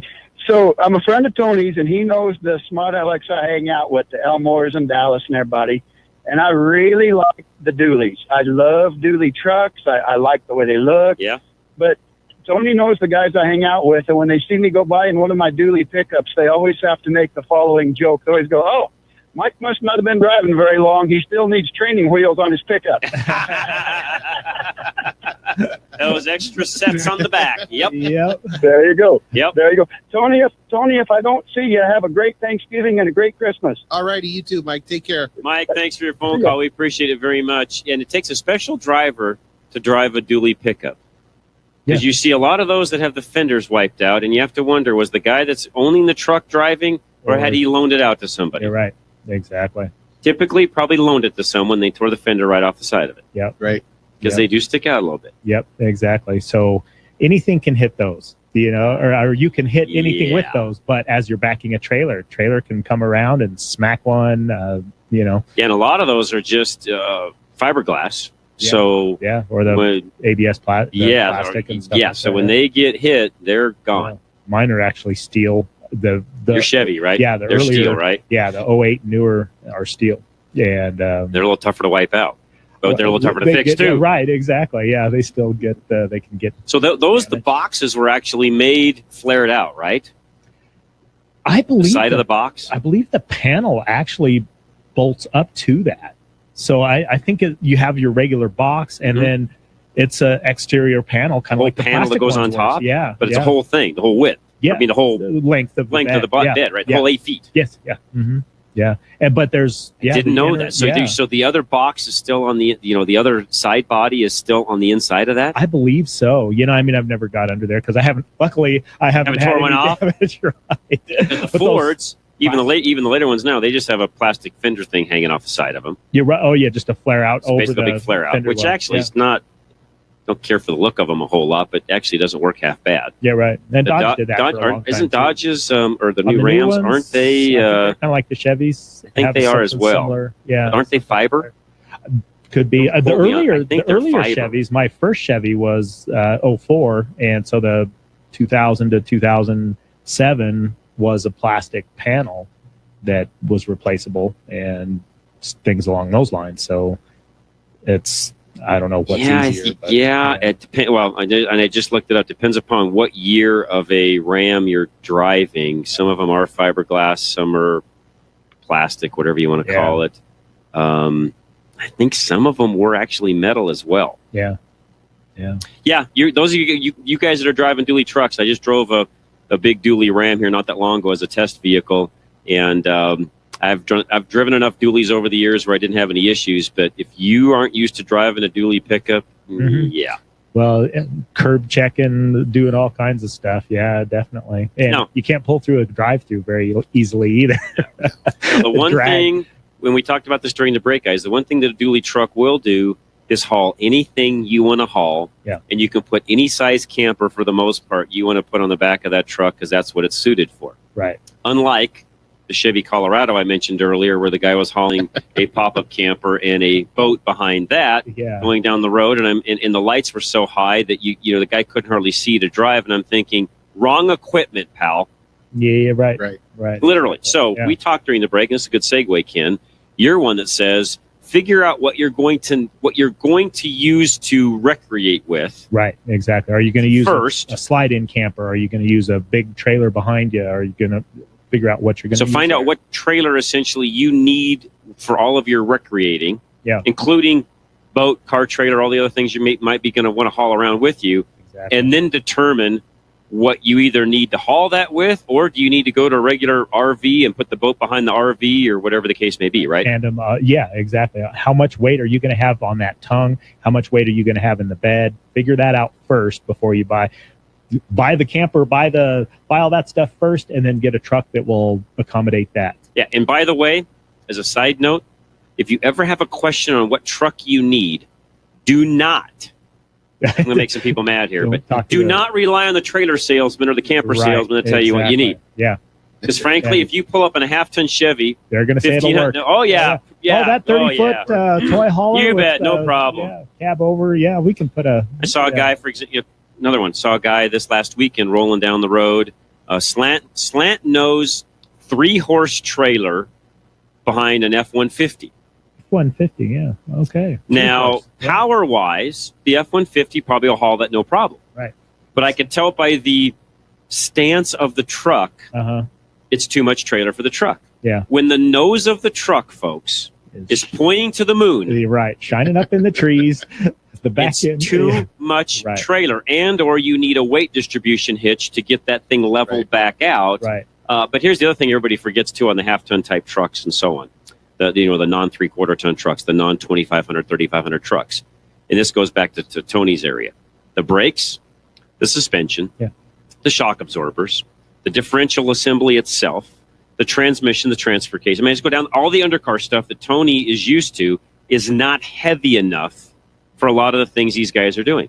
Exactly. And a lot of half-ton trucks come with passenger tires on them. That's true, too. P-Series. Yeah, P-Series tires, and you're overloading the tires. Which means in some cases, those are only 4-ply tires. You're right. Yep. Exactly. Right. And as you're rolling down the road, that sidewall flex, I mean, it's hot. I mean, it's, and I'm speaking from experience. I bought a 3/4 ton Chevy, and we got a truck slide-in camper for it. This was back in like 2002. Okay. And a year later, we bought the truck slide-in camper, and they said, "Oh, that'll be just fine." And so got it, and I started figuring out the weight. We ended up blowing 4 tires off the rim because it was overloaded. Wow. Yeah, and it wasn't just let's just pull over. It's like bang, and then you're off. Then you are over to the side. Yeah, exactly. And it smashed the rim so bad. It was an alloy wheel. Smashed the rim so bad that it wound up into the caliper. Ooh. Had to jack the whole rim off the hub on the rear to get the spare tire on. You're kidding me. No. So that's why we moved into a dually 2 years later. Makes sense. It happened 3 times, and it's Makes sense. it's not going to happen again. All right, we'll take another call. We got some time, or we got some calls coming in. Lines open, 303-477-5600. We'll come right back. Don't go anywhere. This is Drive Radio, KLZ 560. Hello, Drive Radio listeners. This is Chris Hammond with Kens and Leslie, distributing your local BG products distributor. Back again this week with your BG Tech Tip. This week, we're going to talk about tires, specifically winter tires, because eventually the snow will start falling and the time to get ready is now. For winter driving, the Rubber Manufacturers Association recommends a MS-rated winter tire. This will be identified by the letters M or S, along with a pictograph of a mountain and a snowflake on one of the sidewalls. In Colorado, studded snow tires are legal and often recommended. However, there are several special precautions one must take when utilizing studded snow tires. First, only new tires should be fitted with studs. And when studding tires on a front-wheel drive vehicle, all 4 tires should always be studded. Secondly, it is very important that you break in new studded snow tires. For the first 200 to 300 miles, it is important to avoid aggressive driving to include acceleration and braking. This will allow the studs to set permanently in the tire and maintain the safest performance of the tire. Third, it is important to ensure that you rotate the tires correctly. There are actually as many as 7 different tire rotation patterns, but it is critical to ensure that when rotating studded snow tires, the tire rolling direction should never be changed. This can be achieved by rotating tires from front to rear on the same side of the vehicle. Lastly, it is important to note that studded tires may actually decrease vehicle performance in many driving conditions and should not be used year-round in our climate. So, take care of your tires, and your tires will take care of you and keep your car safe and fun to drive, even in the harshest Colorado driving conditions. Thanks again, Drive Radio listeners. This is Chris Hammond with BG. We'll talk to you again next week. Recently, Gino's Auto Service was awarded the Best of Littleton for the 3rd year in a row. To celebrate, Gino's is offering their synthetic oil service special for $99. Regularly $149, this special includes oil change, filter, tire rotation, 35-point inspection, and alignment check. Now that's a great value. See store for details. Gino's is located at Bowles and Platte Canyon in Littleton. Visit them online at genosautoservice.com. That's Gino's with a J. Napa know-how. Ice, snow, rain, and 24-hour holiday music. Winter throws a lot at you. That's why Napa has Exact Fit wiper blades for $10 off per pair. These durable, long-lasting blades will help you defend against winter's worst. Holiday music not included. So save $10 today with Napa Exact Fit wiper blades. Quality parts, helpful people. That's Napa know-how. Napa know-how. At participating Napa Auto Parts stores. Offer ends 12/31/17.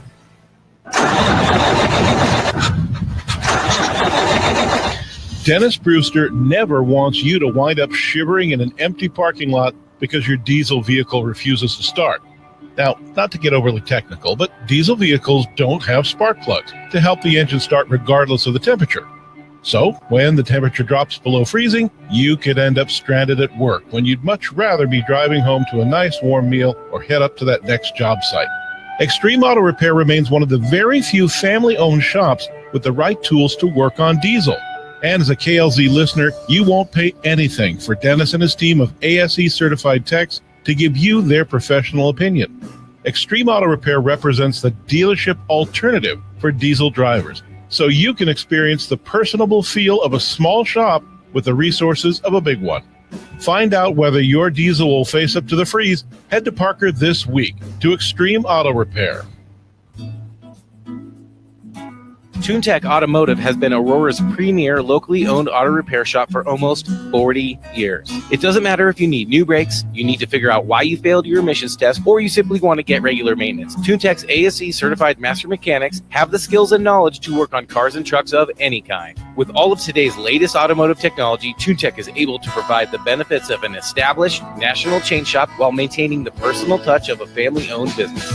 You can count on TuneTech to be friendly and honest with their work, and they'll provide you with an accurate and affordable estimate before they get started. Plus, as a certified member shop with Colorado Select, TuneTech comes highly recommended by John Rush, and they offer an industry-leading 3-year, 36,000-mile warranty on every repair. And as an added bonus, if you visit the webpage at tunetechautomotive.org, you can download a coupon for their special offer of $25 off any repairs of $150 or more. Call TuneTech right now at 303-327-9167. That's 303-327-9167. At TuneTech, they understand that your vehicle is a major investment, and that's why they'll care for your car as if it was one of their own.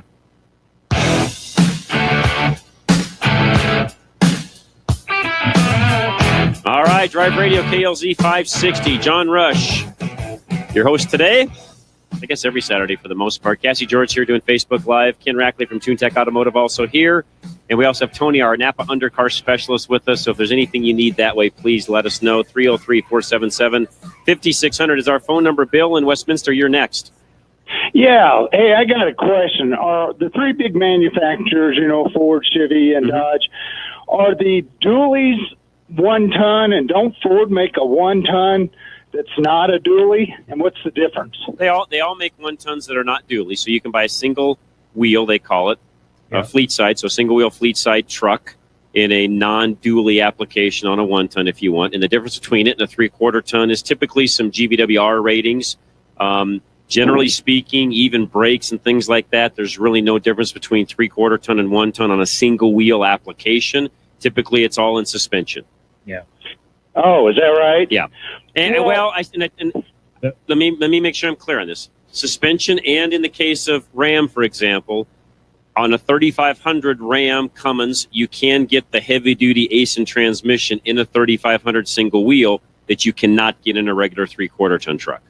Okay. Now, as for the single wheel versus the dual wheel, and they're both 1 ton, what would you say, just a guesstimate, a ballpark figure, what's the price difference? $2,500 probably.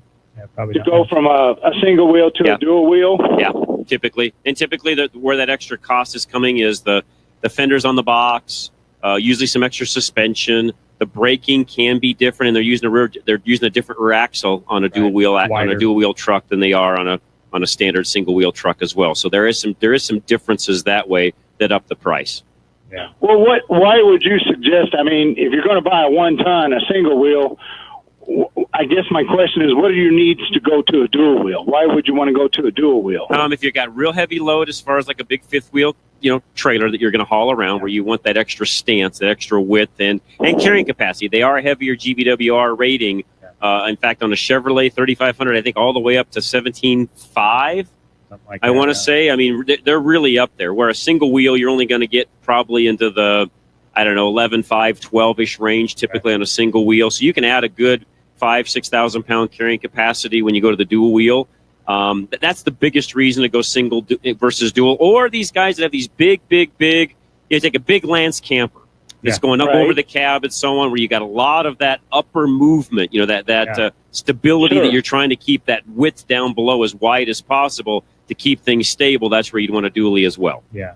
Okay, one other question, last question. Is there more maintenance on a dual wheel versus a single wheel? Tire cost. Cost of tires. That's the...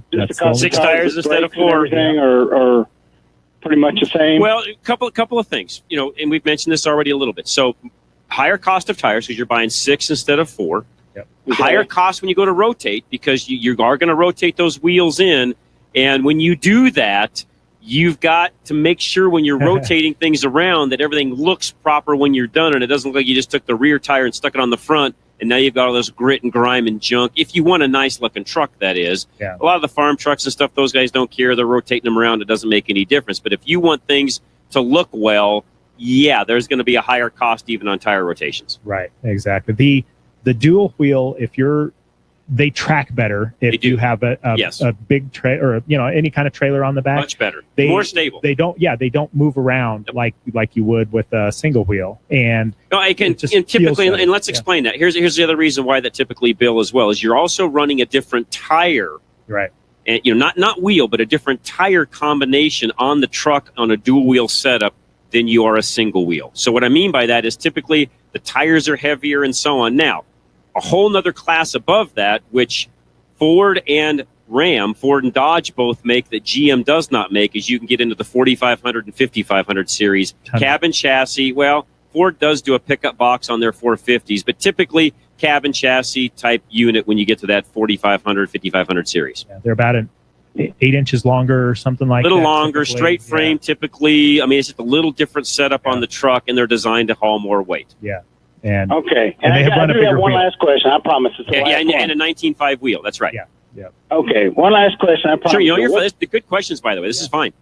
What is your opinion of that new Nissan Titan truck? Do they make one of those in a 1-ton? They do not. No, the Nissan Titan, the XD. So the Titan XD, they make in a gas or a 5-liter Cummins V8 engine. Both trucks work extremely well. I would buy the Cummins if I was going to buy either one because the fuel mileage on the V8 is absolutely awful. Why Toyota and Nissan, neither one have figured out how to get mileage out of their V8 trucks. They have not. So that truck will only get 14 miles to the gallon on the gas engine side of the fence. The Cummins will get up in that 20 range, roughly 18 to 20. But it is still considered. And Titan or Nissan is very careful in how they word all of this, even in their press briefings and so on. It is not a 3/4 ton truck. They list it as a half-ton series truck.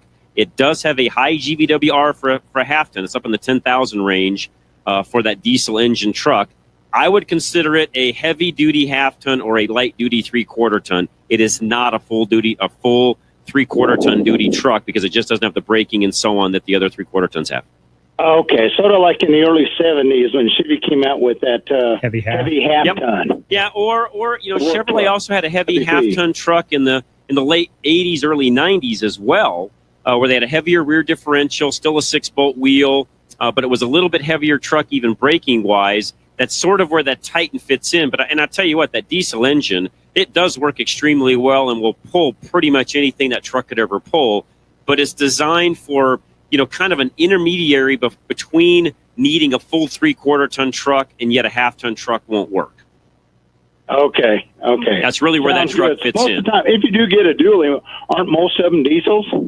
You can buy a gas. You can buy a V10, for example. They're not as popular. Yeah, you rarely will find one because most anybody using a dually is going to want to run a diesel engine. Yeah. Okay. Good show, guys. Yeah, thank you very much, Bill. By the way, great questions. Thanks for those very much. I appreciate that. Let's go to Dan in Colorado Springs. Dan, welcome. Hey, how you guys doing? We're doing very well. Thanks for calling, Dan. I know you said something about don't buy cheap gas. Yes. My wife goes to Costco and takes both cars like Costco's top tier. Nothing wrong with that at all. It's good gas. Yeah, they're top tier fuel. Okay. And the one other question, I heard you talking about it, and I never did get, I don't think we ever got the answer. Like in Colorado Springs, you don't have emissions. So if you sell a car here, you know, if a guy drives down from Denver, you know, from Wheat Ridge or something, and buys a car here, you don't have to give him an emissions guarantee. Is that correct? Well, you do not have to give him an emissions test. You are still, by the code of the law, now the enforcement of this becomes the tricky part, but by the letter of the law, the vehicle is still supposed to pass any emissions test in Colorado if you sell that vehicle, even outside of the emissions area. Now, getting that enforced on a personal level, dealer level is a little different, but on a personal sale, getting that enforced, I'm just going to tell you right now, good luck.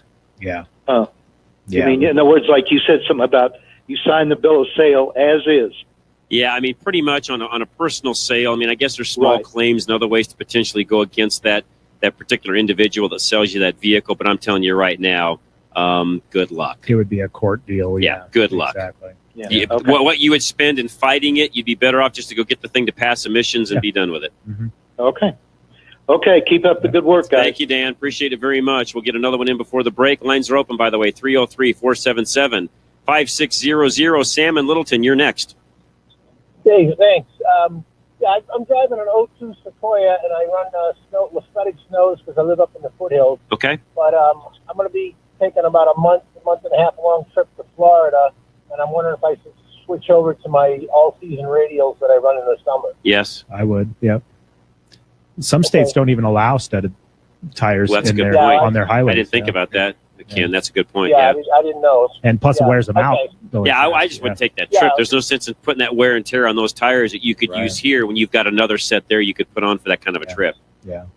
Yeah. Okay. And I realize, Sam, that you could run into some weather, heading south initially, but honestly, once you get even down towards New Mexico and head south down towards Florida after that, depending on what route you take, of course, but that's how I would do it. Get south as fast as you can. Your chance of having any kind of a problem after that are pretty slim. Yeah. Right. Yeah, I'd take 25 south. There you go. You get over Raton Pass, let's face it, you get over Raton, you're pretty much smooth sailing from that point on, really. I mean, there's been some ice storms that come in, Amarillo-ish and other areas through there, but, you can pretty much deal with that. Exactly. Okay. All right. And if it's an ice storm, thanks, guys. Thanks, you bet, Sam. Appreciate it. Go ahead, Ken. What were you going to say?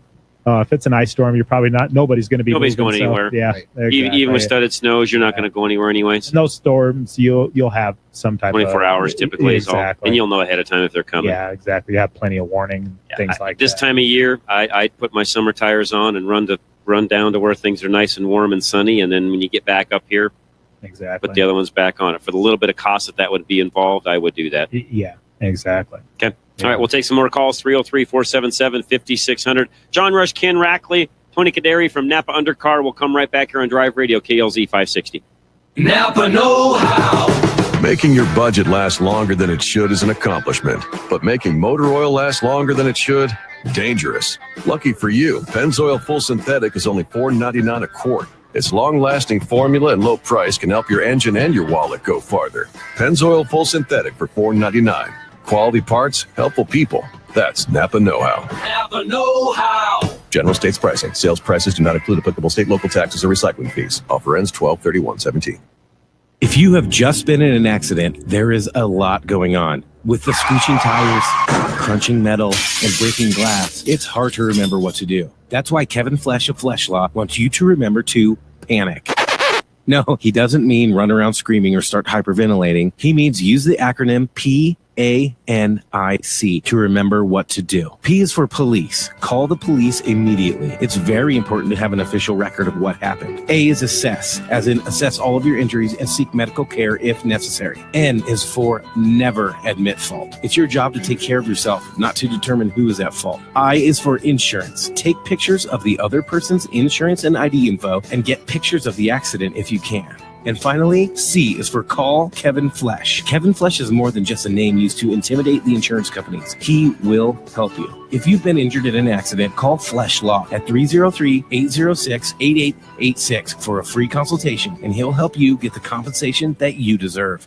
When we change oil, it's pretty common to find newer cars running very low on oil. It's due to the new low-tension rings and oil vapors that slowly burn, leaving carbon deposits, which lowers their mileage and, even worse, leaves their engine dangerously low on oil. My customers tell me they want their mileage and their oil back. Shops use BG products to clean clogged rings in just 15 minutes as part of the BG Performance Oil Service. Go to bgfindashop.com. That's bgfindashop.com. I got my mileage back. BG.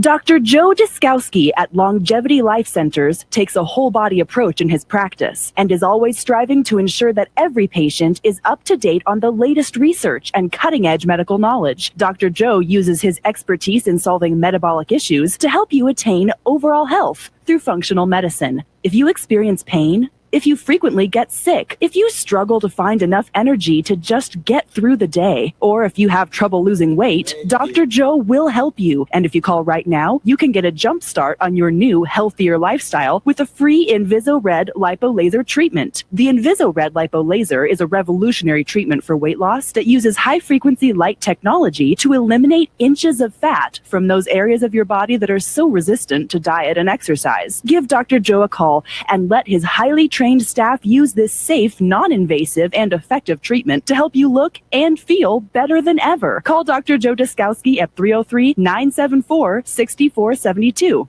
Appointments are limited, so call today. Once again, that's 303-974-6472. November is Senior Pets Month at Lone Tree Veterinary Medical Center. Hi, this is Scott Watley, your host of Haystack Help Radio. Did you know that if your dog or cat is 7 years old, your pet is a senior citizen? All through November, bring your senior pet in for their annual or semi-annual exam and receive $25 off of a senior pet blood panel, and you'll receive an entry for your chance to win a fabulous senior pet gift basket. Senior dogs and cats are at risk for many of the same illnesses and conditions that affect older humans, such as diabetes, heart disease, cancer, arthritis, dental disease, vision, and hearing loss. Call 303-708-8050 and schedule your senior pet for their exam now. That's 303-708-8050. Help your pet live a long and happy life. Lone Tree Veterinary Medical Center is located at 8681 East Lincoln Avenue. Open 7 days a week for your convenience. At Lone Tree Veterinary Medical Center, they believe that all pets deserve a good life. 303-708-8050 or visit them at LoneTreeVet.com.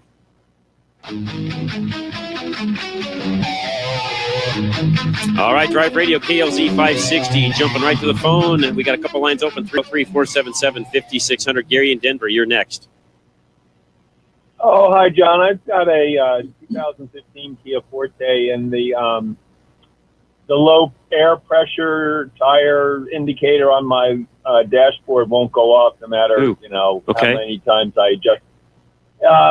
I'm guessing it may be one of the sensors. It doesn't tell me which tire, but I'm thinking about just ignoring it. Is there a problem with just ignoring it? Other than the light being on or other than a tire really going flat? As long as you're checking them periodically yourself, no, there's not. Yeah. How many miles are on it, Gary? 25,000. Are you the original owner? Should still be under warranty. Oh, would that be covered with the sensors? Yes. Sure.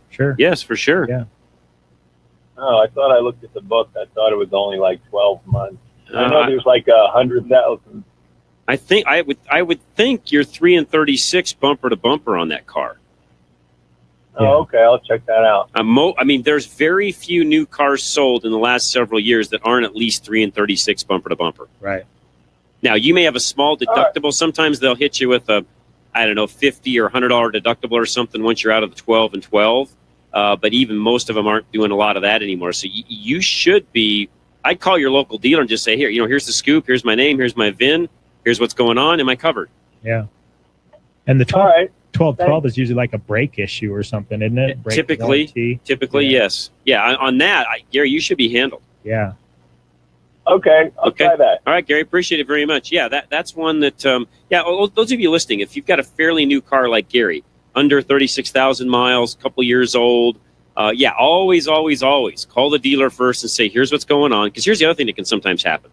Let's say they've had known problems on that vehicle. You're right. And maybe there's a campaign or a bulletin, not a recall, but there's some known thing going on. They may very well just say, bring it down, we'll take care of it.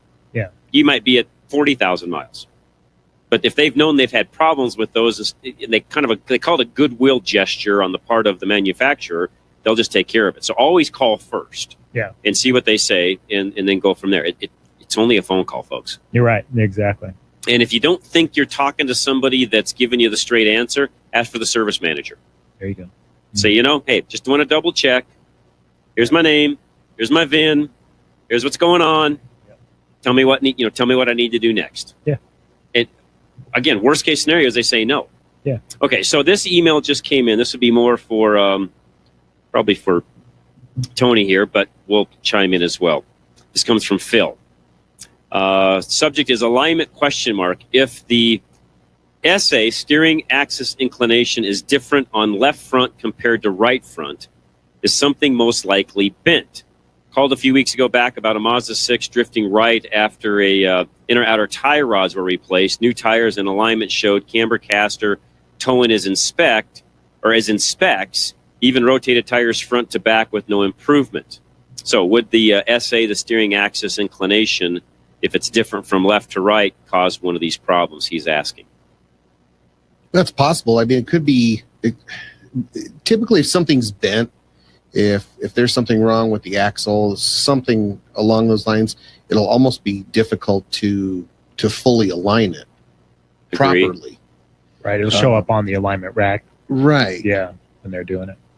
I mean, I guess they could be a little different, not identical on both sides. But I would venture to guess, Phil, that if it's different, and I'd have to look at the readings to know exactly. So, honestly, Phil, if you can find your alignment specs that got printed out of the machine the last time it was aligned, if you can find those and even just click a picture of it and send it to me, just use my email, john@drive-radio.com. If you can send those to me where I could look at all of the numbers, a lot of times I can look at the numbers and tell you, that's why it's pulling right. Mm-hmm. Right. Without looking at those physical numbers, I don't know. But yes, if there is enough of a difference from left to right, it could cause a pulling problem, most definitely. Mm-hmm. Yeah. Just have to look at the numbers and see. Without seeing those, that's hard to know for sure. Make sense? Yeah. Exactly. But to your point, Ken, typically if something's bent, that's what he's asking here, is something bent, you typically can't get them aligned at all. Yeah, right. Yeah. And they can kind of figure out when they do their sweeps and stuff like that, what's changing and where, and be able to figure out, okay, we've got a control arm or whatever. Yeah. And given troubles there.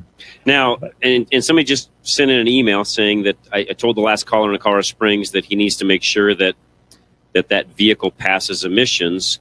And this particular caller says, or this emailer says, that the determination is if it needs an E-test is based on where it will be registered, not where it's sold. Yes, that's true. Yeah.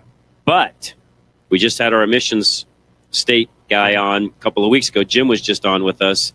And no matter where it's sold from, it is still the responsibility of the seller to make sure that it will pass emissions. By law, it has to pass emissions when it's sold. Now, getting that enforced on a private sale, again, good luck. Yeah. But the letter of the law states that if you're the seller of the vehicle and you're in Colorado Springs, for example, by law, the vehicle is supposed to pass emissions unless you've got some long disclaimer documentation, whatever, that says, hey, it's a towaway, it won't pass, blah, blah, blah. You may find yourself being safe then. And I don't know all the letters of the law even with that, because frankly, I may be incorrect in saying that. The letter of the law may just state that vehicle has to pass emissions, period. I don't know. Right. Hard to say. Now, again, where it gets registered has to do with whether it needs an emissions test or not. Yes, that part I fully understand. Yeah, sure. If you're in Colorado Springs, you do not need an emissions test. Yeah. If you are in certain areas east of town, depending upon where that, I don't remember exactly where the line is drawn, but north and east of town, you may not need an emission. Where you're at, Ken, do you need an emissions where you are? We're in Douglas County. So we you still still need are. one. If you get into Elbert County, you don't need one. Okay, so that's where the line is? You can still have a Parker address, but if you're in Elbert County, you don't have to have one to register it. Got it. Now, the way that would work, so this is a great example. So let's say Ken is actually living in that part of Elbert County. So let's say Ken lives in Elbert County, and none of his vehicles have to have an emissions test. By the letter of the law, if Ken sells that vehicle to me, and I live in the Front Range area where I'm going to register in the emissions area, by law, that vehicle is supposed to pass emissions that Ken sells me. Right. Now, if Ken sells me that, it's a private sale. Again, good luck on me going back on Ken and getting that handled and paid for. Now, I guess, depending upon how much information I, as the buyer, collected from Ken, the seller, yeah, I may have some recourse, but again, guys, what I would say is typically, and we've mentioned this before, if you're in the emissions area, best bet would be take the vehicle down as part of your pre-purchase inspection. Yes. And even on your own $25, run it through and see if it will pass. Yeah. If it does, you're safe. Yeah. If it doesn't, you might want to pass up on buying that car. You're right. And move on to something else. Or if they get it fixed prior, More power prior to you. buying it. Yeah. Yeah. Always when I sell a vehicle, I always just go get the emission test because it's just one less step. Easier. Yes, exactly. It notifies your buyer that this is a vehicle that you now can be fully assured it's going to pass emissions. Yeah, exactly. And by the way, it's a protection of you as a seller. You're right. Yeah, And we mentioned that before too, folks. So those of you that are selling vehicles, be it you put it out front of your house and put a sign on it, you put it on Craigslist, whatever the case may be, best bet for you as the seller, just get an emissions inspection done. Right, exactly. Have it with your paperwork. Yeah. I mean, it makes the sale go easier, and you know that it passed. They know that it passed. And by the way, I would take a copy or a picture or whatever of all of that so that you know you have proof. Keep it with the bill of sale. That it passed. That's exactly right. That way, it's done. It's handled. It's dialed in. No problem. You're protected. And that emissions is good for 6 months from the time you get it, and so they can register it up to 6 months after you get it. So if it doesn't sell for 2 months or whatever, it's not a big then deal. it's still valid, and you can get it tested. Yep. Okay, so Cassie's saying too much lingo for her because of this particular email that came in. This one's long enough that I tell you what, we'll answer this when we come back. So this is a question on an RV. So this is right up Ken and I's alley on tires and what to use now versus what it came with back in 1999. Great question. We can answer that just as soon as we come back. Cassie, you can respond as well. So don't go away, folks. Let's just take an early break. We'll come back a little early. That way we'll get hour number 3 underway here in just one moment. This is John Rush, Tony Kaderi from Napa Undercar, and Ken Rackley from TuneTech. We'll be right back here on Drive Radio, KLZ 560. Still haven't had enough? Go to drive-radio.com. Email your questions and comments. Download previous programs and find lots of useful information, including your nearest Colorado Select Auto Care Center. That's drive-radio.com. Thanks for listening to Drive Radio, sponsored by the member shops of Colorado Select Auto Care Centers on KLZ 560. Drive Radio is a presentation of Colorado Select Auto Care Centers. The independently owned and operated shops of Colorado Select hold each other accountable for their highest standards of technical expertise, honesty, and professionalism. They all understand that choosing a mechanic is risky business. So Colorado Select was created by this exclusive group of like-minded professionals who are dedicated to raising the level of consumer confidence in Colorado's auto repair industry. Schedule your next oil change at any of the Colorado Select Auto Care Centers heard on Drive Radio, and you'll immediately see the difference. For the complete list of all the member shops in the state, visit drive-radio.com. John Rush here on the next Rush to Reason, when quality education becomes a matter of national security. Jonathan Butcher with the Heritage Foundation will join us. We'll have traffic and weather updates, and of course, we'll take all of your calls. That's the next Rush to Reason, Denver's Afternoon Rush, weekdays from 3 to 7 p.m., right here on KLZ 560. You're listening to The Source in more ways than one. AM 560 KLZ Denver, KLZ HD Denver, and KLZ FM 100.7. Simulcasting on KLDC Denver and KLDC HD Denver, AM 1220 and KLDC FM 95.3. Online at 560thesource.com.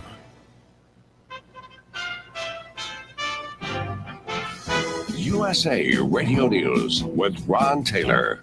Even after all the attacks against me, against my family, against the foundation, and now against my husband, he will not step down. The wife of embattled Alabama Republican Senate candidate Roy Moore says her husband will not drop out of the race. During a rally in Montgomery, Kayla Moore accused the liberal press of trying to push Moore out of next month's runoff election. She described the former judge as a gentleman and a loving father and grandfather. Moore has vigorously denied numerous accusations of misconduct. A number of female supporters of Moore spoke out at the rally as well. Kayla Moore says voters care more about the issues her husband supports than the allegations against him. Fighting for life, fighting against abortion, fighting for the acknowledgement of God, fighting for traditional marriage, and fighting to protect the Second Amendment, and fighting for our rights given by God, protected by our Constitution. This is USA Radio News. I'm Nick Soboleski, a Select Quote agent with a true story that could save you hundreds of dollars a year. A woman named Linda just called. Her husband, Ray, has a $300,000 group life insurance policy, but is changing jobs and can't take it with him. Well, I shopped the many highly rated term life insurance companies we represent and found Ray, who is 41 and takes medication to control his cholesterol, a 10-year, $500,000 policy for under $27 a month. That's almost twice the coverage for less than half of what he had paid. If SelectQuote hasn't shopped for your life insurance, you're probably paying too much.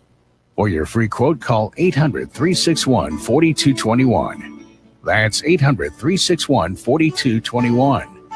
800-361-4221. Or go to SelectQuote.com. Since 1985, we shop, you save.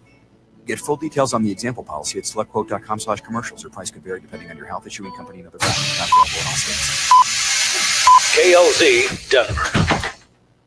I want you to put something on your to-do list, and it's to go see the movie Wonder. I read the book last year after my daughter called me in tears saying, "Mom, you've got to read this right now." Well, she was right. I did, and it's one of the most heartwarming, life-affirming, beautiful stories, and now it's a movie. It stars Julia Roberts and Owen Wilson, and Wonder is the true story of August Pullman, or Augie, as he's known to his family. Augie was born with facial differences, and after a lot of surgeries, his family held their breath as he entered public school in the 5th grade.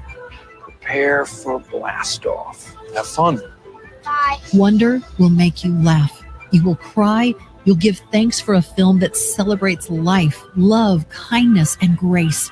I haven't loved a movie this much in a long time, and I know you're going to feel the same way. What excites me about this movie is that it teaches other people to choose kind, and hopefully it'll make the world a better place. Do not miss Wonder. Now playing in a theater near you. Thanks to Extreme Auto Repair, I can stop stressing out about my car breaking down. You see, I don't take very good care of my car because I don't know how. Most of the time, I drive around hoping my car will still run tomorrow. As terrible as that sounds, when it's freezing cold outside, that fear gets a lot worse. Honestly, I just want to know that my car will work. I need someone I can trust to give me a professional opinion about whether or not my car will make it through the winter. Because I listened to KLZ, Dennis Brewster told me he would take a look at my car for free. He'll ask one of his techs to write a report with advice about what I should fix. I want to behave like a responsible car owner. I just didn't know where to start. Now I'll get a clear picture of what I need to accomplish so I can actually drive with confidence. You can be smarter than I was. Instead of vaguely fretting about whether your car will keep going all winter long, find out what your car needs now at Extreme Auto Repair in Parker. Hey, Northern Colorado. The sisters from Community Auto here. Just letting you know we got your back. We have a happy family here at Community Auto and would love for you to be a part. We've come a long way since opening shop more than 20 years ago. Thanks, Dad. As Small Business of the Year 2015, featured in Parts and People and among the top shops in Colorado, we'd like to thank you for trusting us with your vehicle. With our new customer loyalty program, you can earn rewards dollars and free services like oil changes and transmission flushes. Like us a lot? Refer a friend, and we'll give you $50. It's that easy. Auto repair doesn't have to be painful. Actually, with us, it's pretty fun. We know that a happy car will get you far. so we'll fix and maintain yours with a smile. We're fun, fresh, and good at what we do. Call us today or visit us at communityautoinc.com. We'd love to meet you. It's a mighty fancy automobile. Oh, she's a real road king, all right. 0 to 60 in 7.5. She'll do a quarter mile, 13.40. 390 horsepower, 500 foot-pounds of torque. Whatever that is. Performance and image, that's what it's all about. There's no such thing as a stupid question. This is Drive Radio. All of your automotive questions are just one phone call away. 303-477-5600. Drive Radio is made possible by the member shops of Colorado Select Auto Care Centers. To find one near you, go to drive-radio.com. Now, Drive Radio on KLZ 560. All right, Drive Radio, John Rush, KLZ 560, Ken Rackley from TuneTech Automotive out in Aurora. And we also have Tony, our Napa Undercar rep, here with us as well. So if you got questions for Tony, please give us a call. We'd love to answer them. Mac in Fort Morgan, I know you've been waiting the longest. What's going on, sir? Mac. Hello, Mac. Hello. Sorry about that. That's all right. You're good. No problem. Hey, we talking about that emissions. Yes, sir. I read where you have the seller has, well, I guess either way, the seller or the buyer, there 3 days to if that car that you sold was going to an emissions area, that the purchaser, if it don't have emissions, the purchaser has 3 days to return it, and then the seller has an option of getting any emissions on it, passing emissions, taking the car back, or paying for the repairs. I read that after we researched it. Got it. Too. Got it. Okay. Makes sense. Yep. Well, it's not an indefinite thing that you can come back. No. Great point. Yeah, I'm glad you clarified that, Mac. You can't come back 6 months later and say this thing doesn't pass emissions, but within 3 days you could. Yes. Good point. Yeah, and so if you sold it on Monday, you got Tuesday, Wednesday, and Thursday. By Friday, the purchaser now owns the car. Got it. Makes total sense. Then the other problem with that emissions from a non-emissions area out here is the non-emissions required area becomes use a term, a dumping ground for cars that won't pass. Yes, it is. People out in the Eastern Plains. Yep. Sure. Or anywhere that's a non-emissions. If Yep. you're seeing a car advertised from an emissions area, you need to be careful. That's a great point, Mac. I really hadn't. I mean, I knew that, but I hadn't really thought through that and talked about that much. But you're exactly right. A lot of vehicles that will not pass emissions along the Front Range, they will take and get those things either registered or sent someplace else where that's no longer an issue, and they'll pass it off on somebody out there. Yep, or they show up at auctions. Yep. A lot of time at estate auctions that people drop a car off to sell in an estate, or the auctions that are held monthly or every 2 months or so. So buyer beware of cars that came here, especially if they came from an emissions area. That's a real suspect issue. That's a great point, Mac. Yeah, it really is. Good thoughts on that. Thank you very much. I knew that, but that's something we haven't mentioned much. We should be. Well, we're talking about cars going into an emissions area, but vice versa. Very true. Very good. Very good point. So second, go ahead. No, that's okay, Mac. Go ahead. Second question was, I have a 2001 Suburban, 120,000 miles, had it for quite a few years, second owner as far as I know. I don't know if the transmission's actually due for a flush, but it probably is. It's due for the second one right now if it hasn't had one done. Yeah, it's past due. Yeah. Every 50 is what they recommend on that. And using the Dex 6 on that would be the way to go. Yep. Dex 6 is, what is that? That's the transmission that's the fluid. Yeah. Extron 6. Yeah, exactly. Okay. What does something like that cost, generally? Depends on where you have it done at. Right, exactly. Really, I mean, it depends on what their fluid costs are and so on. On Deck 6, you could plan on $350, $400 pretty easily. Yeah, we'd probably be about three and a quarter. Yeah. Mm-hmm. Yep. Is the Deck 6 different from the old Extron? Yes, it is. Yep, It's a synthetic fluid. Yeah. Yep. Okay. And it's still required at every 50,000 miles? Every 50, yeah. This one? Where the regular Dexron was 30. So half that. That's what they, yeah. Basically. Yep.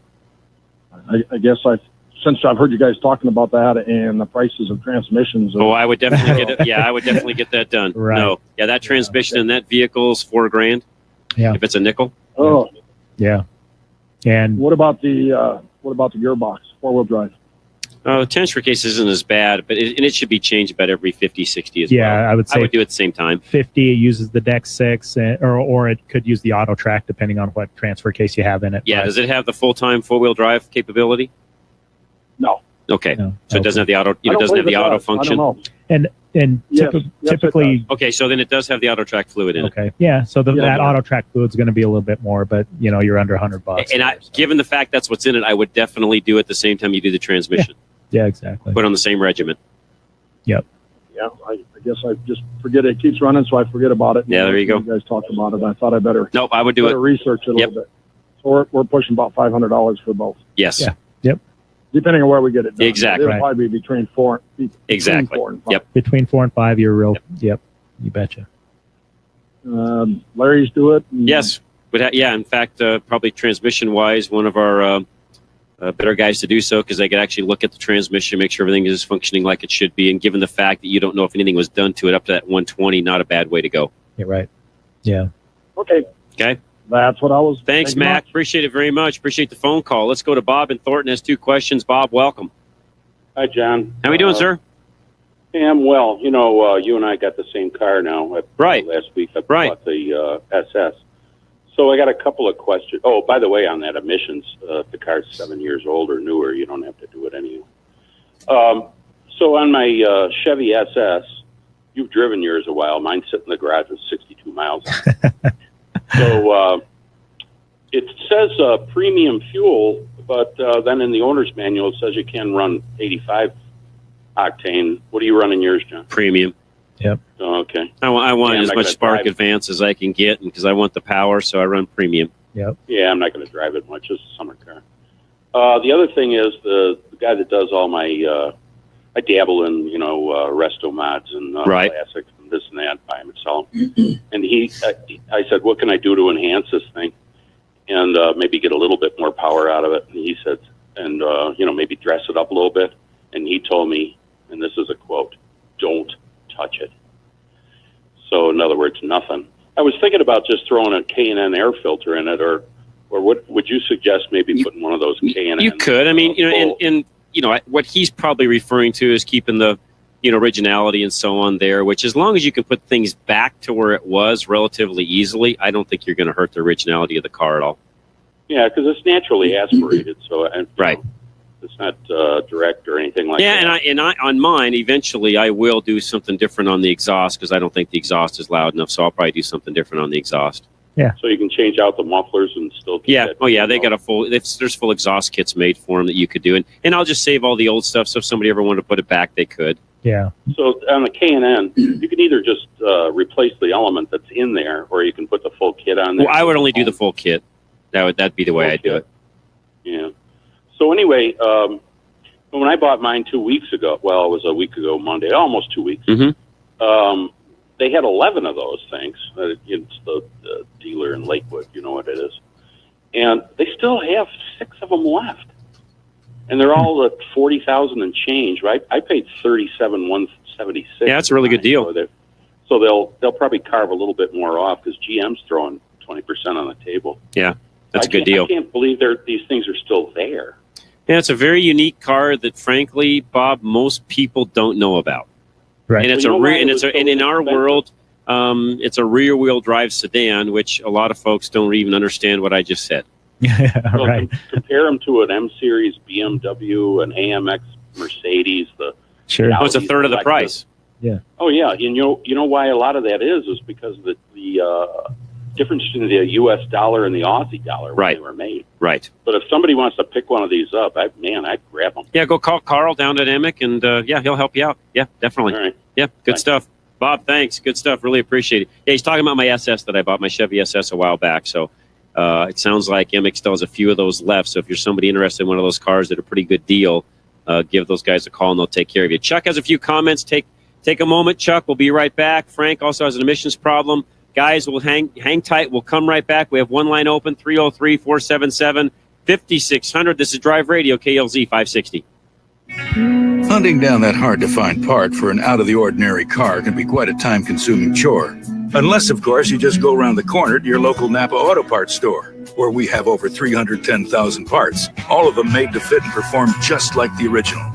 Yeah, there are people who say it's the journey and not the destination, but those people have never tried to find an alternator for an 82 Fiat on a Saturday. Go to NapaOnline.com for the location nearest you. Napa, get the good stuff.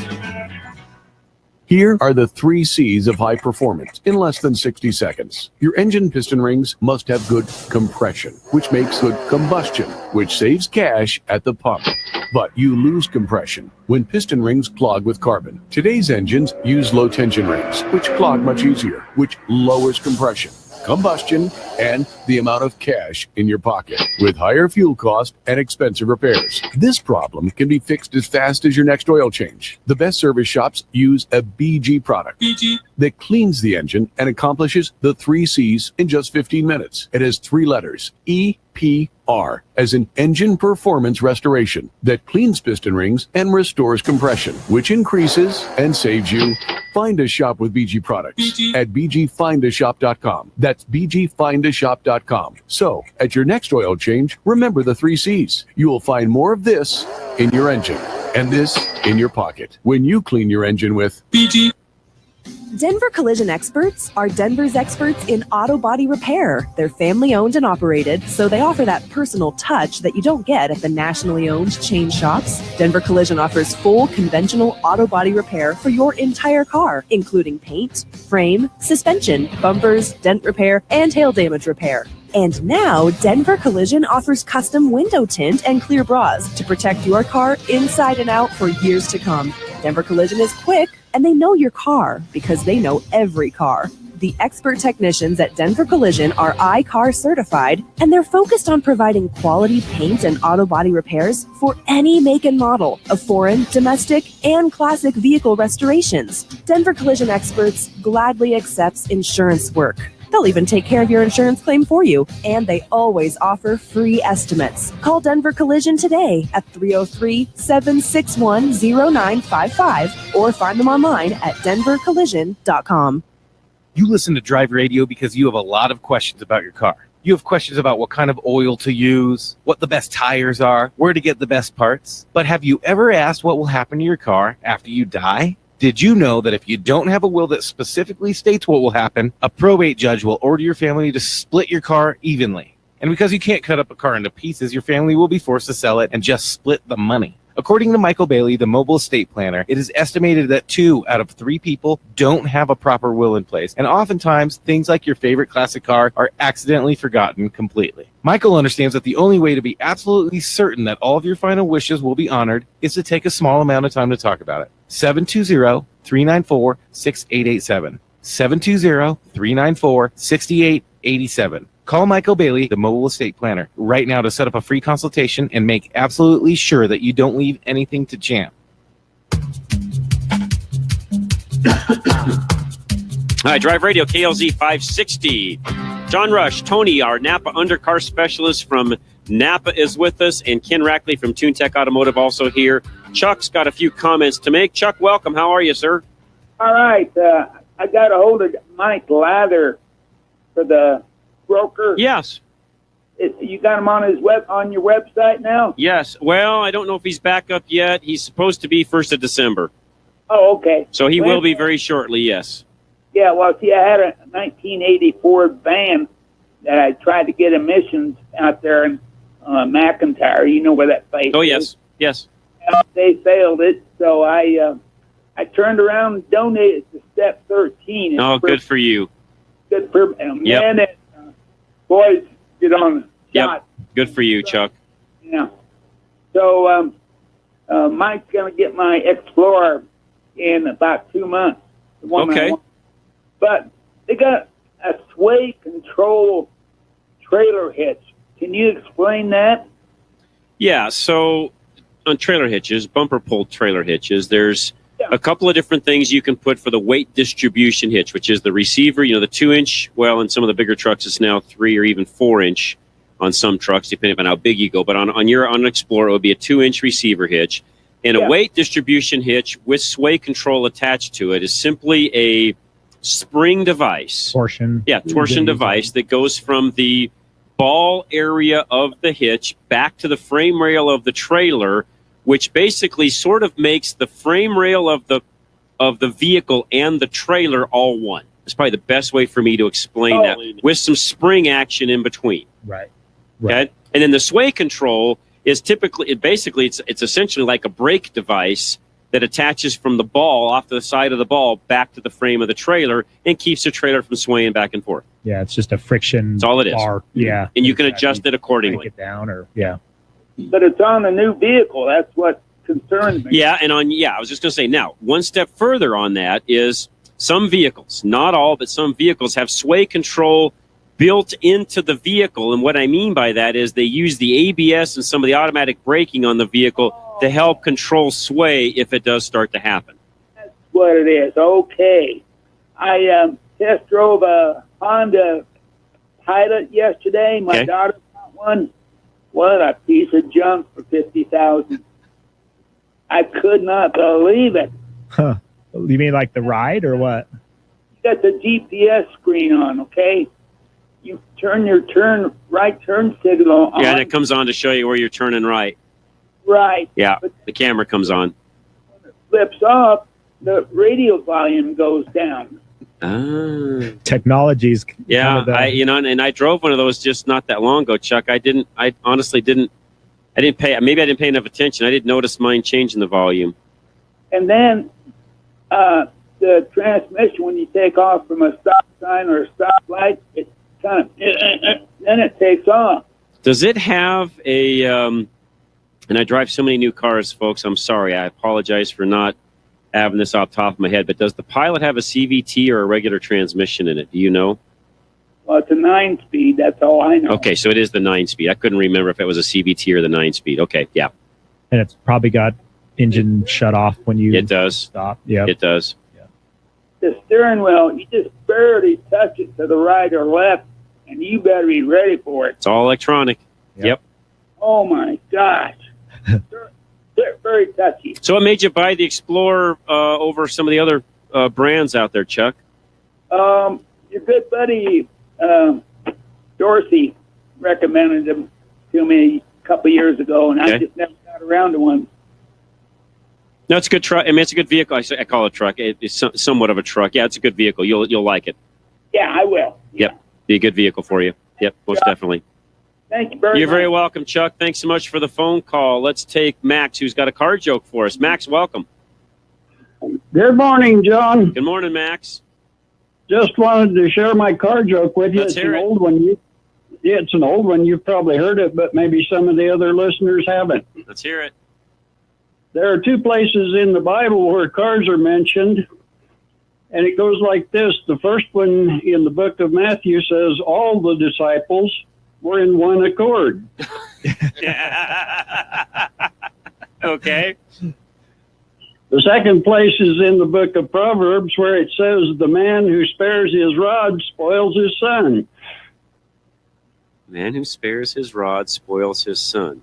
Yeah. You have to be a car guy to get that one. Yes, I understand what you're saying there. That's exactly right. Yes.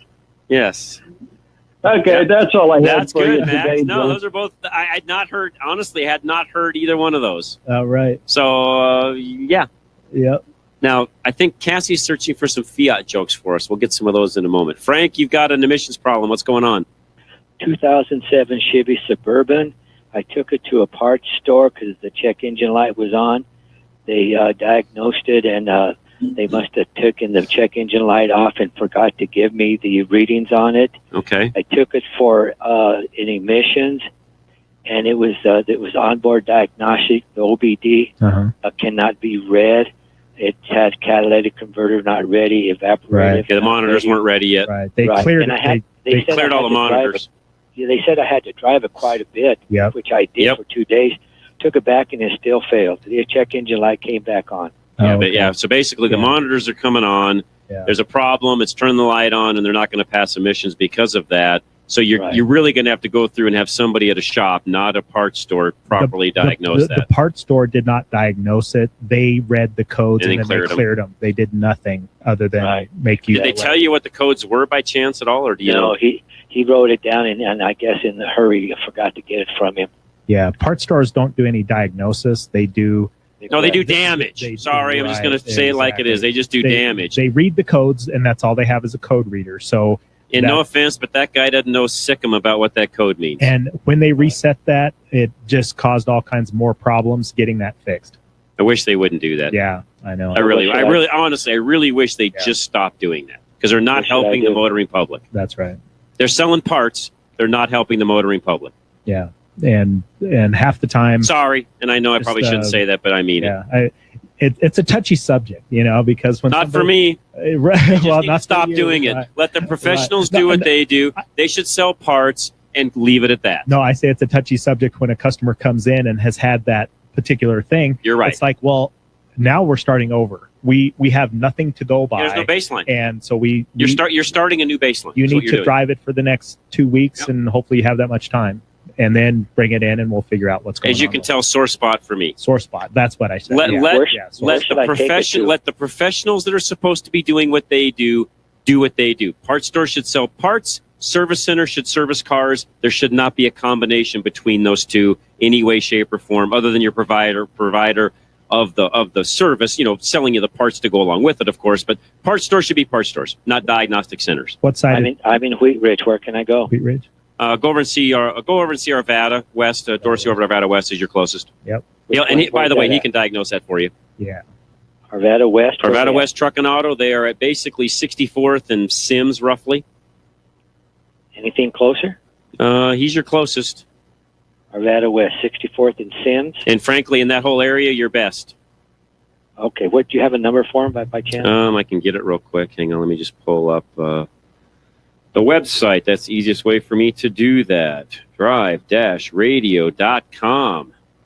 Give me 1 second. I'll find it for you. It won't take me just 1 second here. Be a very expensive job. Depends on what the issues are. Being an 07, it depends on the miles, depends on what's causing that light to come on. So, getting it diagnosed, and then you'll kind of know. Go from there. Yeah. 303-422-1065. Thank you, gentlemen. You're very welcome, Thanks, Frank. Thank you. And sorry to get on my high horse there, but no, it's and nothing against you, Tony, but because you're on the parts store side, but you know what I'm talking about. I don't work in the store. You don't. nor do you run around diagnosing vehicles. Exactly. Yeah. You know your place. You know what you're there for. You're there to help support us that are with the right parts and things and training and so on, but you're not there to diagnose a customer's vehicle. No, not at all. It's not what you've been trained for. It's not what you do, and frankly, nor do I want you to. You're not standing out in the parking lot hearing that car coming in, clanking and banging. No. Oh, it's your muffler bearings. There you go. Yeah, right. And I think everybody needs a set of those. Yeah, every now and then you need to replace those. Terry, what's going on, sir? Hello, my friends. How are we? Show as usual. Thank you. Okay, I've got an old 78 Ford truck camper that I'm trying to bring back to life. It was sitting for 11 years. My neighbor gave it to me. Okay. Both fuel tanks are empty. It's got a main tank and an auxiliary and a little switch, under the dash. Mm-hmm. But I put gas in the main tank, and there's a solenoid or something back there near the main tank as well as a fuel filter. And it clicks to beat the band, and I can't get gas to the carburetor. I just wonder if that solenoid is bad for its clicking. Possibly. Okay. Yes. Is that solenoid a electric fuel pump or? Well, probably. Is it a little brass gold looking thing? Yeah, it looks like a starter relay. Two wires going in it? Yeah. Yeah, that's a fuel pump somebody added onto the vehicle, which was very popular back in those days, and those were crap, by the way. That particular pump those were the junkiest pump on the planet, and I don't know why guys used them, but they did. Okay. They were junk. Well, all it does is click, as long as it means it's not pumping any fuel then. So best thing to do is there's a part number you should replace that with that Napa sells. It's a P60430 is the part number. Carter actually makes the pump. It's a little inline vane pump. You'll have to do a little bit of modification to the fuel line to put it in place of that one. But that one's junk. Throw it away and put the good pump on it. Awesome. P60430? Correct. Okay, very good, sir. I will do it and get this thing started. All right, Terry. Thank you very much. Yep, those little gold, and you know what I'm talking about, Ken. Those The little gold. EP12S. I can't. I mean, there's still a few floating around like Terry just experienced. But when's the last time you've seen one? Even Well, we don't do much carburetor stuff. Years, right? You're right. Yeah, exactly. And they would make a little noise. Yeah. Kind of make this little. You know what? Actually, the EP12S. You're talking about the boxy one. Little gold box one. Right, and the EP12S was the AC Delco version, which was looked like a Ford fuel filter. Yeah, those were better. Those worked really well. But and that's similar to the one I just gave you. You're right. Exactly. Yeah, they're probably made by made More by than the same likely. stuff. Yeah. The little vane pump is the way to go. Right. Get rid of that little piston pump that you've got now and go to the vane pump, and you're better off. All right, lines are open 303-477-5600. A couple of emails coming in. We'll answer those in just one moment. Don't go anywhere. This is Drive Radio, KLZ 560. Napa know-how. Ice, snow, rain, and 24-hour holiday music. Winter throws a lot at you. That's why Napa has exact fit wiper blades for $10 off per pair. These durable, long-lasting blades will help you defend against winter's worst. Holiday music not included. So save $10 today with Napa Exact Fit wiper blades. Quality parts, helpful people. That's Napa know-how. Napa know-how. At participating Napa Auto Parts stores. Offer ends 12/31/17. What are you doing? Making coffee. What do you mean? With that old coffee machine? What is it, the Great Depression? Well, it's still better than standing in line to pay $5 for a cup of coffee. Dude, using this old coffee maker is like watching a movie on VHS. You got to get Drip Joy.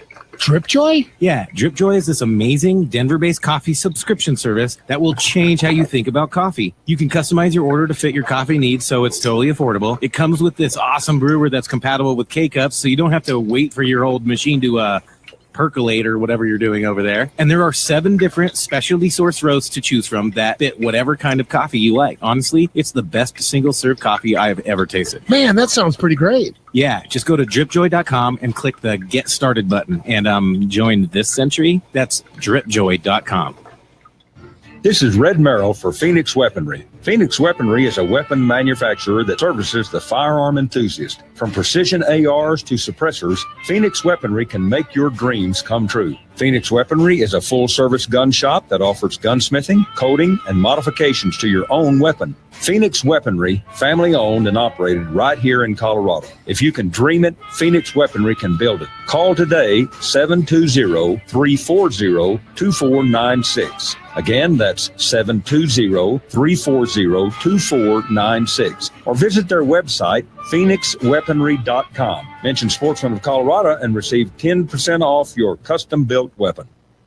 When you get your business in front of our Drive Radio listeners, you gain the attention of the cream of the crop. We're not just saying that. We love our listeners because they're not necessarily looking for the cheapest deal. They're looking for real value. As a small business owner, you offer every customer good old-fashioned face-to-face customer service, and that's exactly what matters to our Drive Radio audience. You will see a consistent financial return when you become a long-term advertising partner on Drive Radio. We've seen it again and again with business partners like Napa Auto Parts, attorneys Michael Bailey and Kevin Flesh, Larry from Larry's Auto, and of course our very own John Rush, owner of Colorado Select. Email me, Dan at drive-radio.com to get your business on air this month. Gain the attention of loyal Drive Radio listeners and start seeing a measurable ROI by advertising during the show. Email me, Dan today, Dan at drive-radio.com.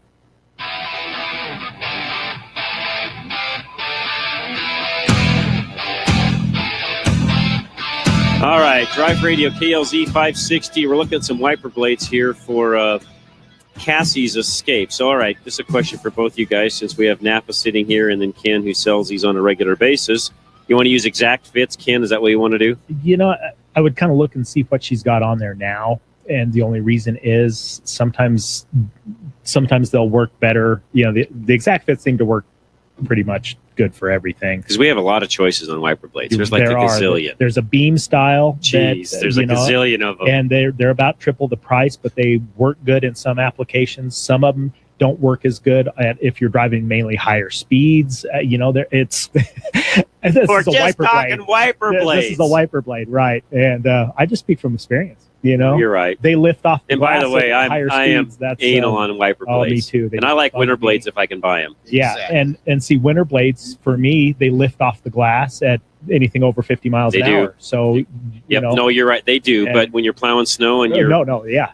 you're trying to keep all that ice off. What are you doing with the vehicle? Well, we do this. So that's, there's a lot of different choices. And Well, this is to just your wiper point, if you're blades. going to be driving, 75, 80 down the road, there's even wiper blades that have some aerodynamics built Right, into them that actually exactly. push them They have down a to the glass, little right? Airfoil on them. Yeah, exactly. And the exact fits. So let's so this is how this would work in a normal scenario. So Cassie, what kind of driving do you do? What kind of driving do I do? Well, mostly driving in the city. Is that what you mean? Yeah, but like, do you drive at highway speeds or Oh, city yeah. speeds? So you're Mostly driving, highway. So you're in Anytime the I can drive highway.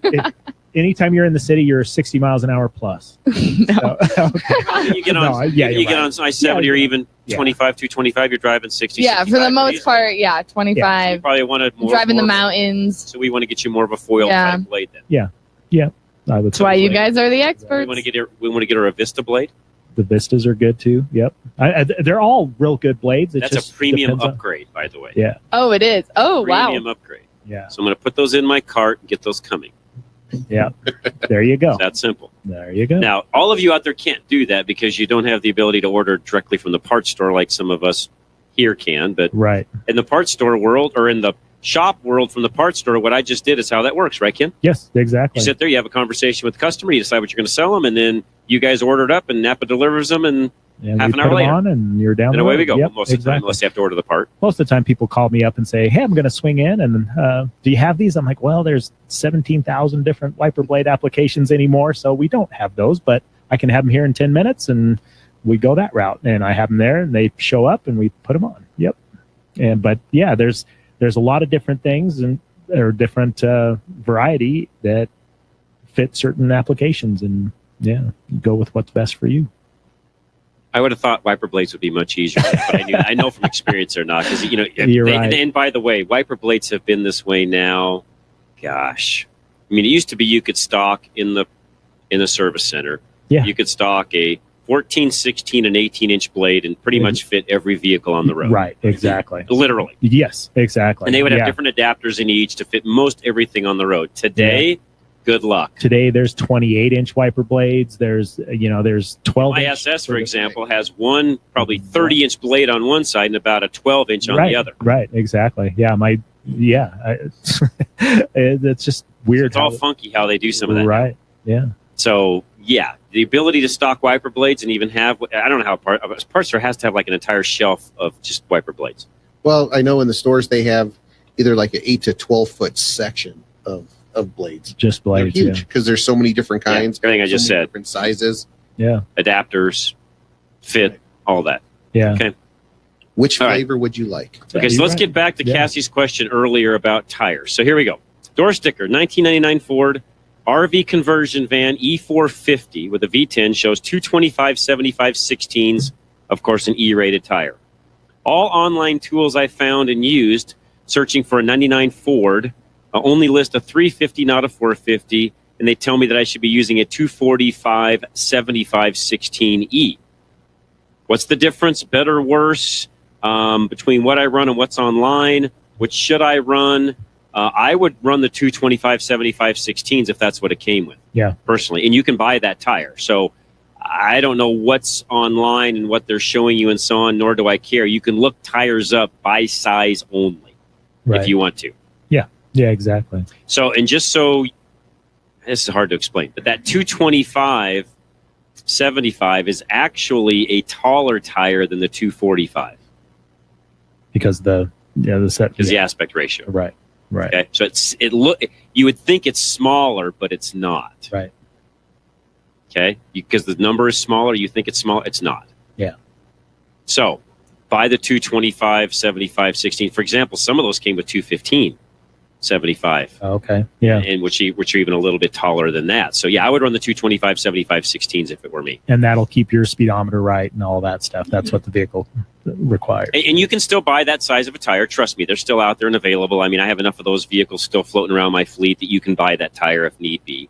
Now, another tire you could possibly run that's not too far off of that size is a 235/85/16, which again is another tire you could probably run. It'll be a little taller than the 225/75, but not much. Now it's skinnier. The 85 is skinnier than the 75, which frankly on those vehicles I like, because to me skinnier on that vehicle is better than wider. That's what I did on my truck too. It track better, all that. Yep, exactly. Yeah, the 235/85 on those trucks works really, really well. Yeah, got a little bit more height, but not as much contact. Yeah. So, Cassie, when you're typing that back, 235/85/16E would be the one you could substitute for the 225/75/16 if you wanted to. And they're probably going to be about the same cost and everything. So. Yeah, and depending upon the time of the year and what's going on, the 235/85s, you may be a little more, maybe a little less. It just depends on what's going on, who's running specials and so on. Sure. And in that particular case, run a highway tire only.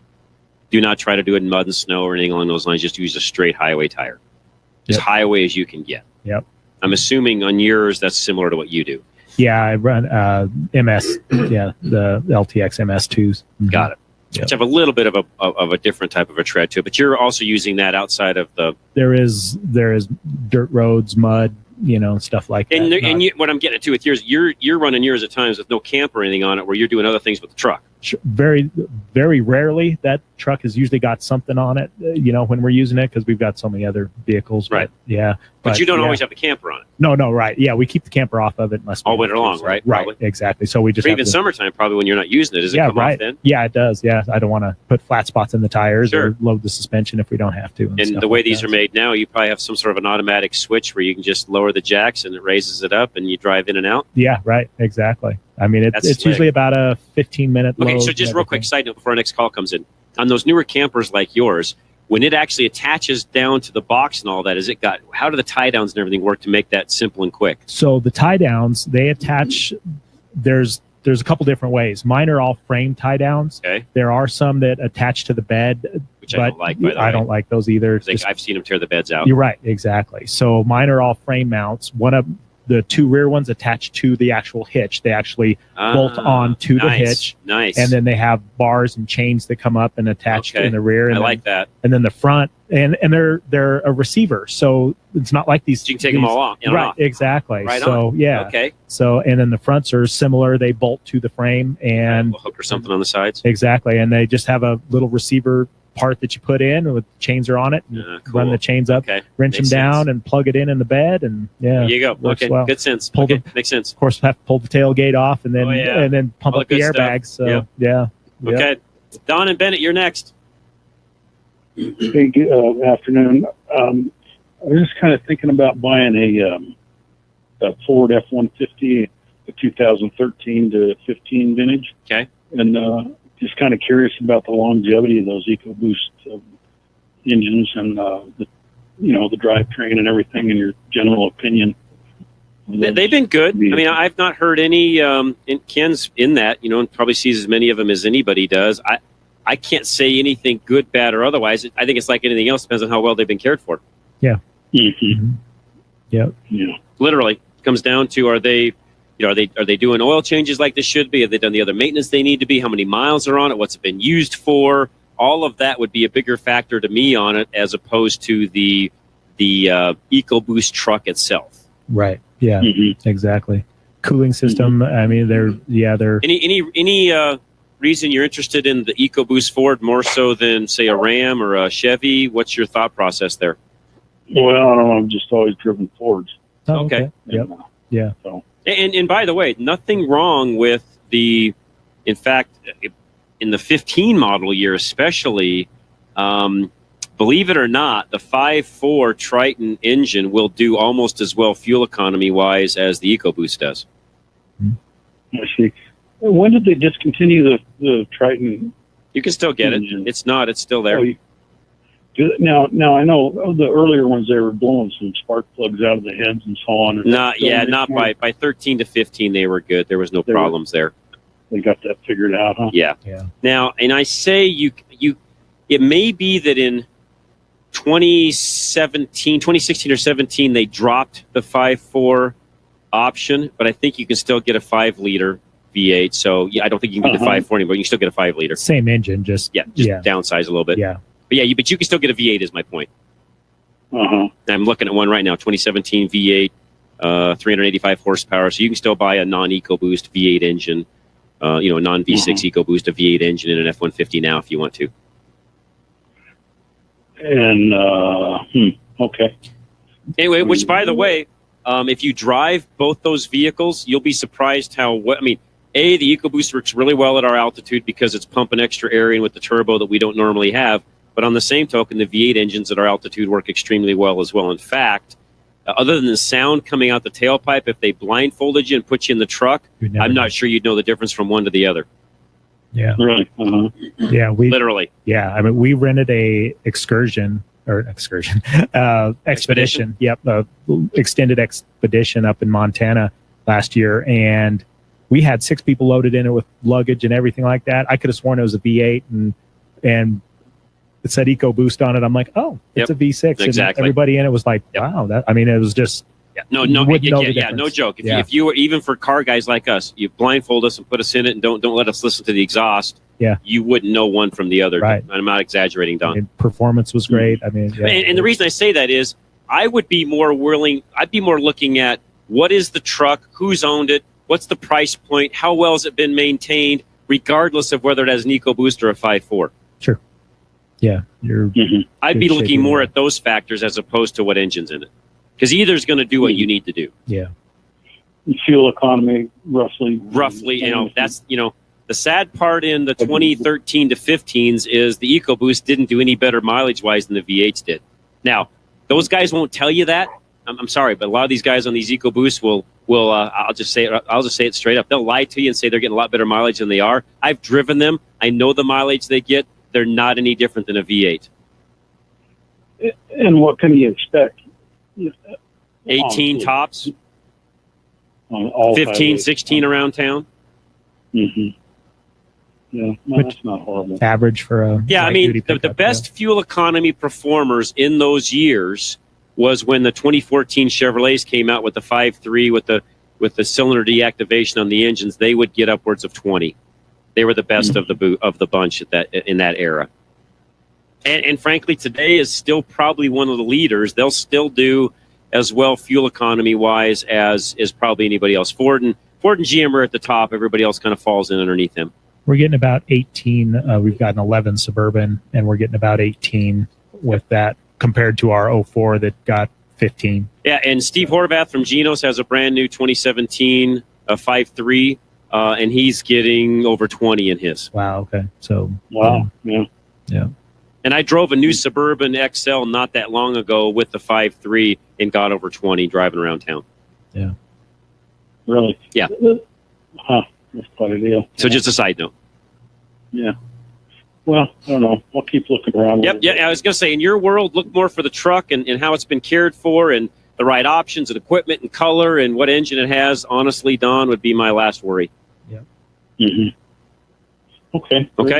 Thanks, Don. Appreciate it very much. Paul in Denver, hang tight. We'll come right back and get you. We have one last break. This is Drive Radio, KLZ 560. Napa know-how. Making your budget last longer than it should is an accomplishment, but making motor oil last longer than it should, dangerous. Lucky for you, Pennzoil Full Synthetic is only $4.99 a quart. Its long-lasting formula and low price can help your engine and your wallet go farther. Pennzoil Full Synthetic for $4.99. Quality parts, helpful people. That's Napa know-how. Napa know-how. General States pricing. Sales prices do not include applicable state, local taxes, or recycling fees. Offer ends 12/31/17.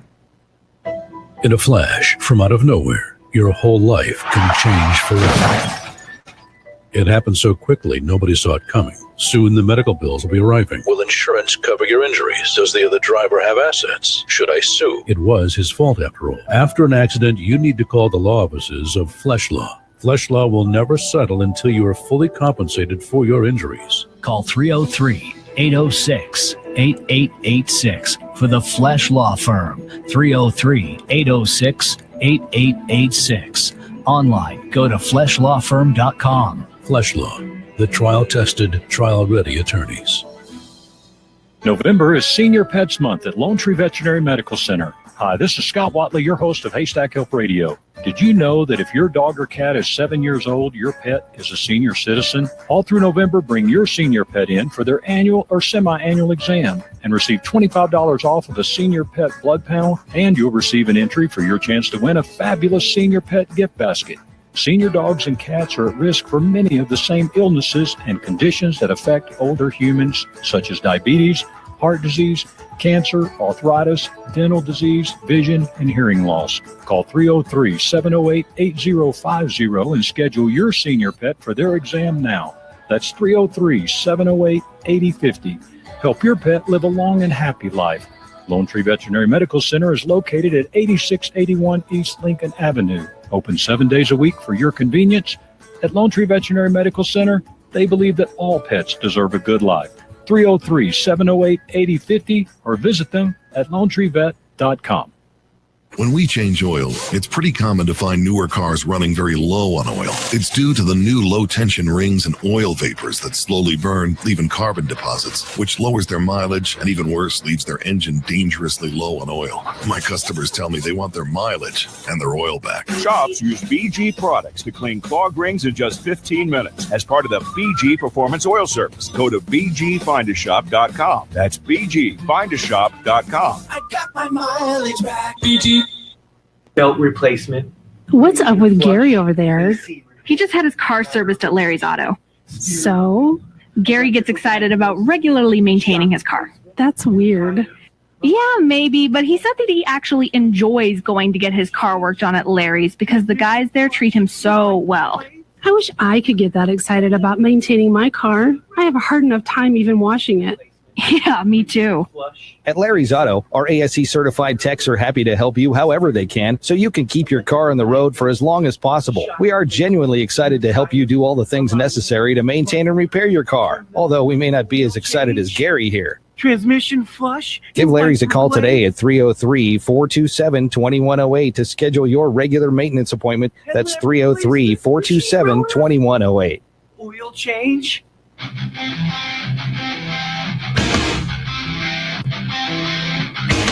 All right, Drive Radio, KLZ 560, last segment of the day, and we will not be here this next week with Thanksgiving. We'll have a best of show on that day, so we'll get the rest of these questions in, and then everybody have a great Thanksgiving, and we'll see you the very week after. Dave in Reunion, you're next. Hey, happy Thanksgiving, you guys. Thank you, Dave. Appreciate that. I just wanted to give thanks to Ken and his tech, Steve. I took my Jeep in to have my tires rotated from a tire shop, and they came back with a brake advisement that I should have my rear brakes done. And this is the second time they had told me that, but Ken's the one who does my brakes, so I called him and had him look at them, and he saved me money on that, and I really appreciate what he did for me. And I wanted to tell him, while I had it there and they had it up on the left, he noticed my shocks were deteriorating, and he went ahead and replaced those. And Ken, those shocks are, I didn't know a Jeep could ride so smooth. Oh, yeah. Those Bilsteins made a big They difference. work good. didn't they? Yeah. Oh, my God. They build a nice shock. Thanks, Dave. Appreciate that. Yeah. German ingenuity. And John, I want to give thanks to you for your afternoon show. Thank you, Dave. I appreciate that very much. It's really entertaining, and it helps to drive home. Well, thank you, Dave. I appreciate that very much. I do. Thank you very much. Thank you. All right, you guys. Happy Thanksgiving, Dave. Thanks you very Dave. much. I appreciate that. Yeah. Let's go to Paul in Denver. Paul, welcome. What's going on, sir? Yeah, I got a 2010 Honda Odyssey, and I noticed that the power steering seems to start whining now, especially with it being colder. Okay. Check the fluid's at the right level, but it's real dark, and it's got about 100,000 miles. I was thinking maybe doing a flush, and maybe that would help, but I was concerned that maybe there's damage because it's whining at this point. Well, a couple things I would probably do if it were me. First of all, BG makes a fantastic power steering conditioner that I would flush the system out first, get all good clean fluid in it, put the power steering conditioner in with it. Once you get it all flushed out, do the power steering conditioner at the same time. See what that does. Now, you could be right. There may be some damage that's permanent that you cannot get rid of. This, though, would be a very inexpensive good way to, and here's the other thing. You're going to need to flush it no matter what. Even if you have to put a pump on it at some point, you're going to need to flush it. So you're really not out anything other than maybe the conditioner when it's all said and done. Yeah. So then with that conditioner, do you put it in with the new fluid and just put it in? Yes, I sure would. Is the fluid aerated? I mean, is it like bubbling up? when you check it? Yeah, it's bubbly. Okay. There are some of the Hondas that have some O-ring leakage on the input line to the pump. Where it's sucking air? Where it's sucking air, yeah. And so that can be where some of the noise is coming from. It's possible but it could just be fluid and worn pump and stuff like that too. But I would look into that. I don't have my information here to see if that bulletin is up to 2010 or not, but there are some bulletins on that. Well, I might just try and flush it and use that additive in there. And then, And real quick, too, just so you know, that part number for that additive is part number 330. 330? Yeah, 330. And most of the Napa stores should have that. That's one of the items they do stock. Right. Well, and I use that EPR stuff from them, too. That's good stuff. Yeah, that's good stuff, yeah. One other question, I didn't think about it when I was initially calling in, but on that same vehicle, I replaced the brakes probably about 30,000, 40,000 miles ago, and then about 5,000 miles in, they started to shimmy again. And so I went back and replaced the rotors again. I took the rotors back to the place I got them and replaced the rotors again because we thought it was the outrun or something like that was off. Yeah. And that same issue again is that I'm getting vibration in the steering wheel. The pads are good. The rotors look okay, but I'm getting vibration again, and I just don't know why it keeps coming back. Well, right up Tony's alley. Go ahead, Tony. Yeah, because I do all the brakes. A lot of times what happens when rotors are changed out, when the new ones are put on, they're not actually checked with a dial indicator.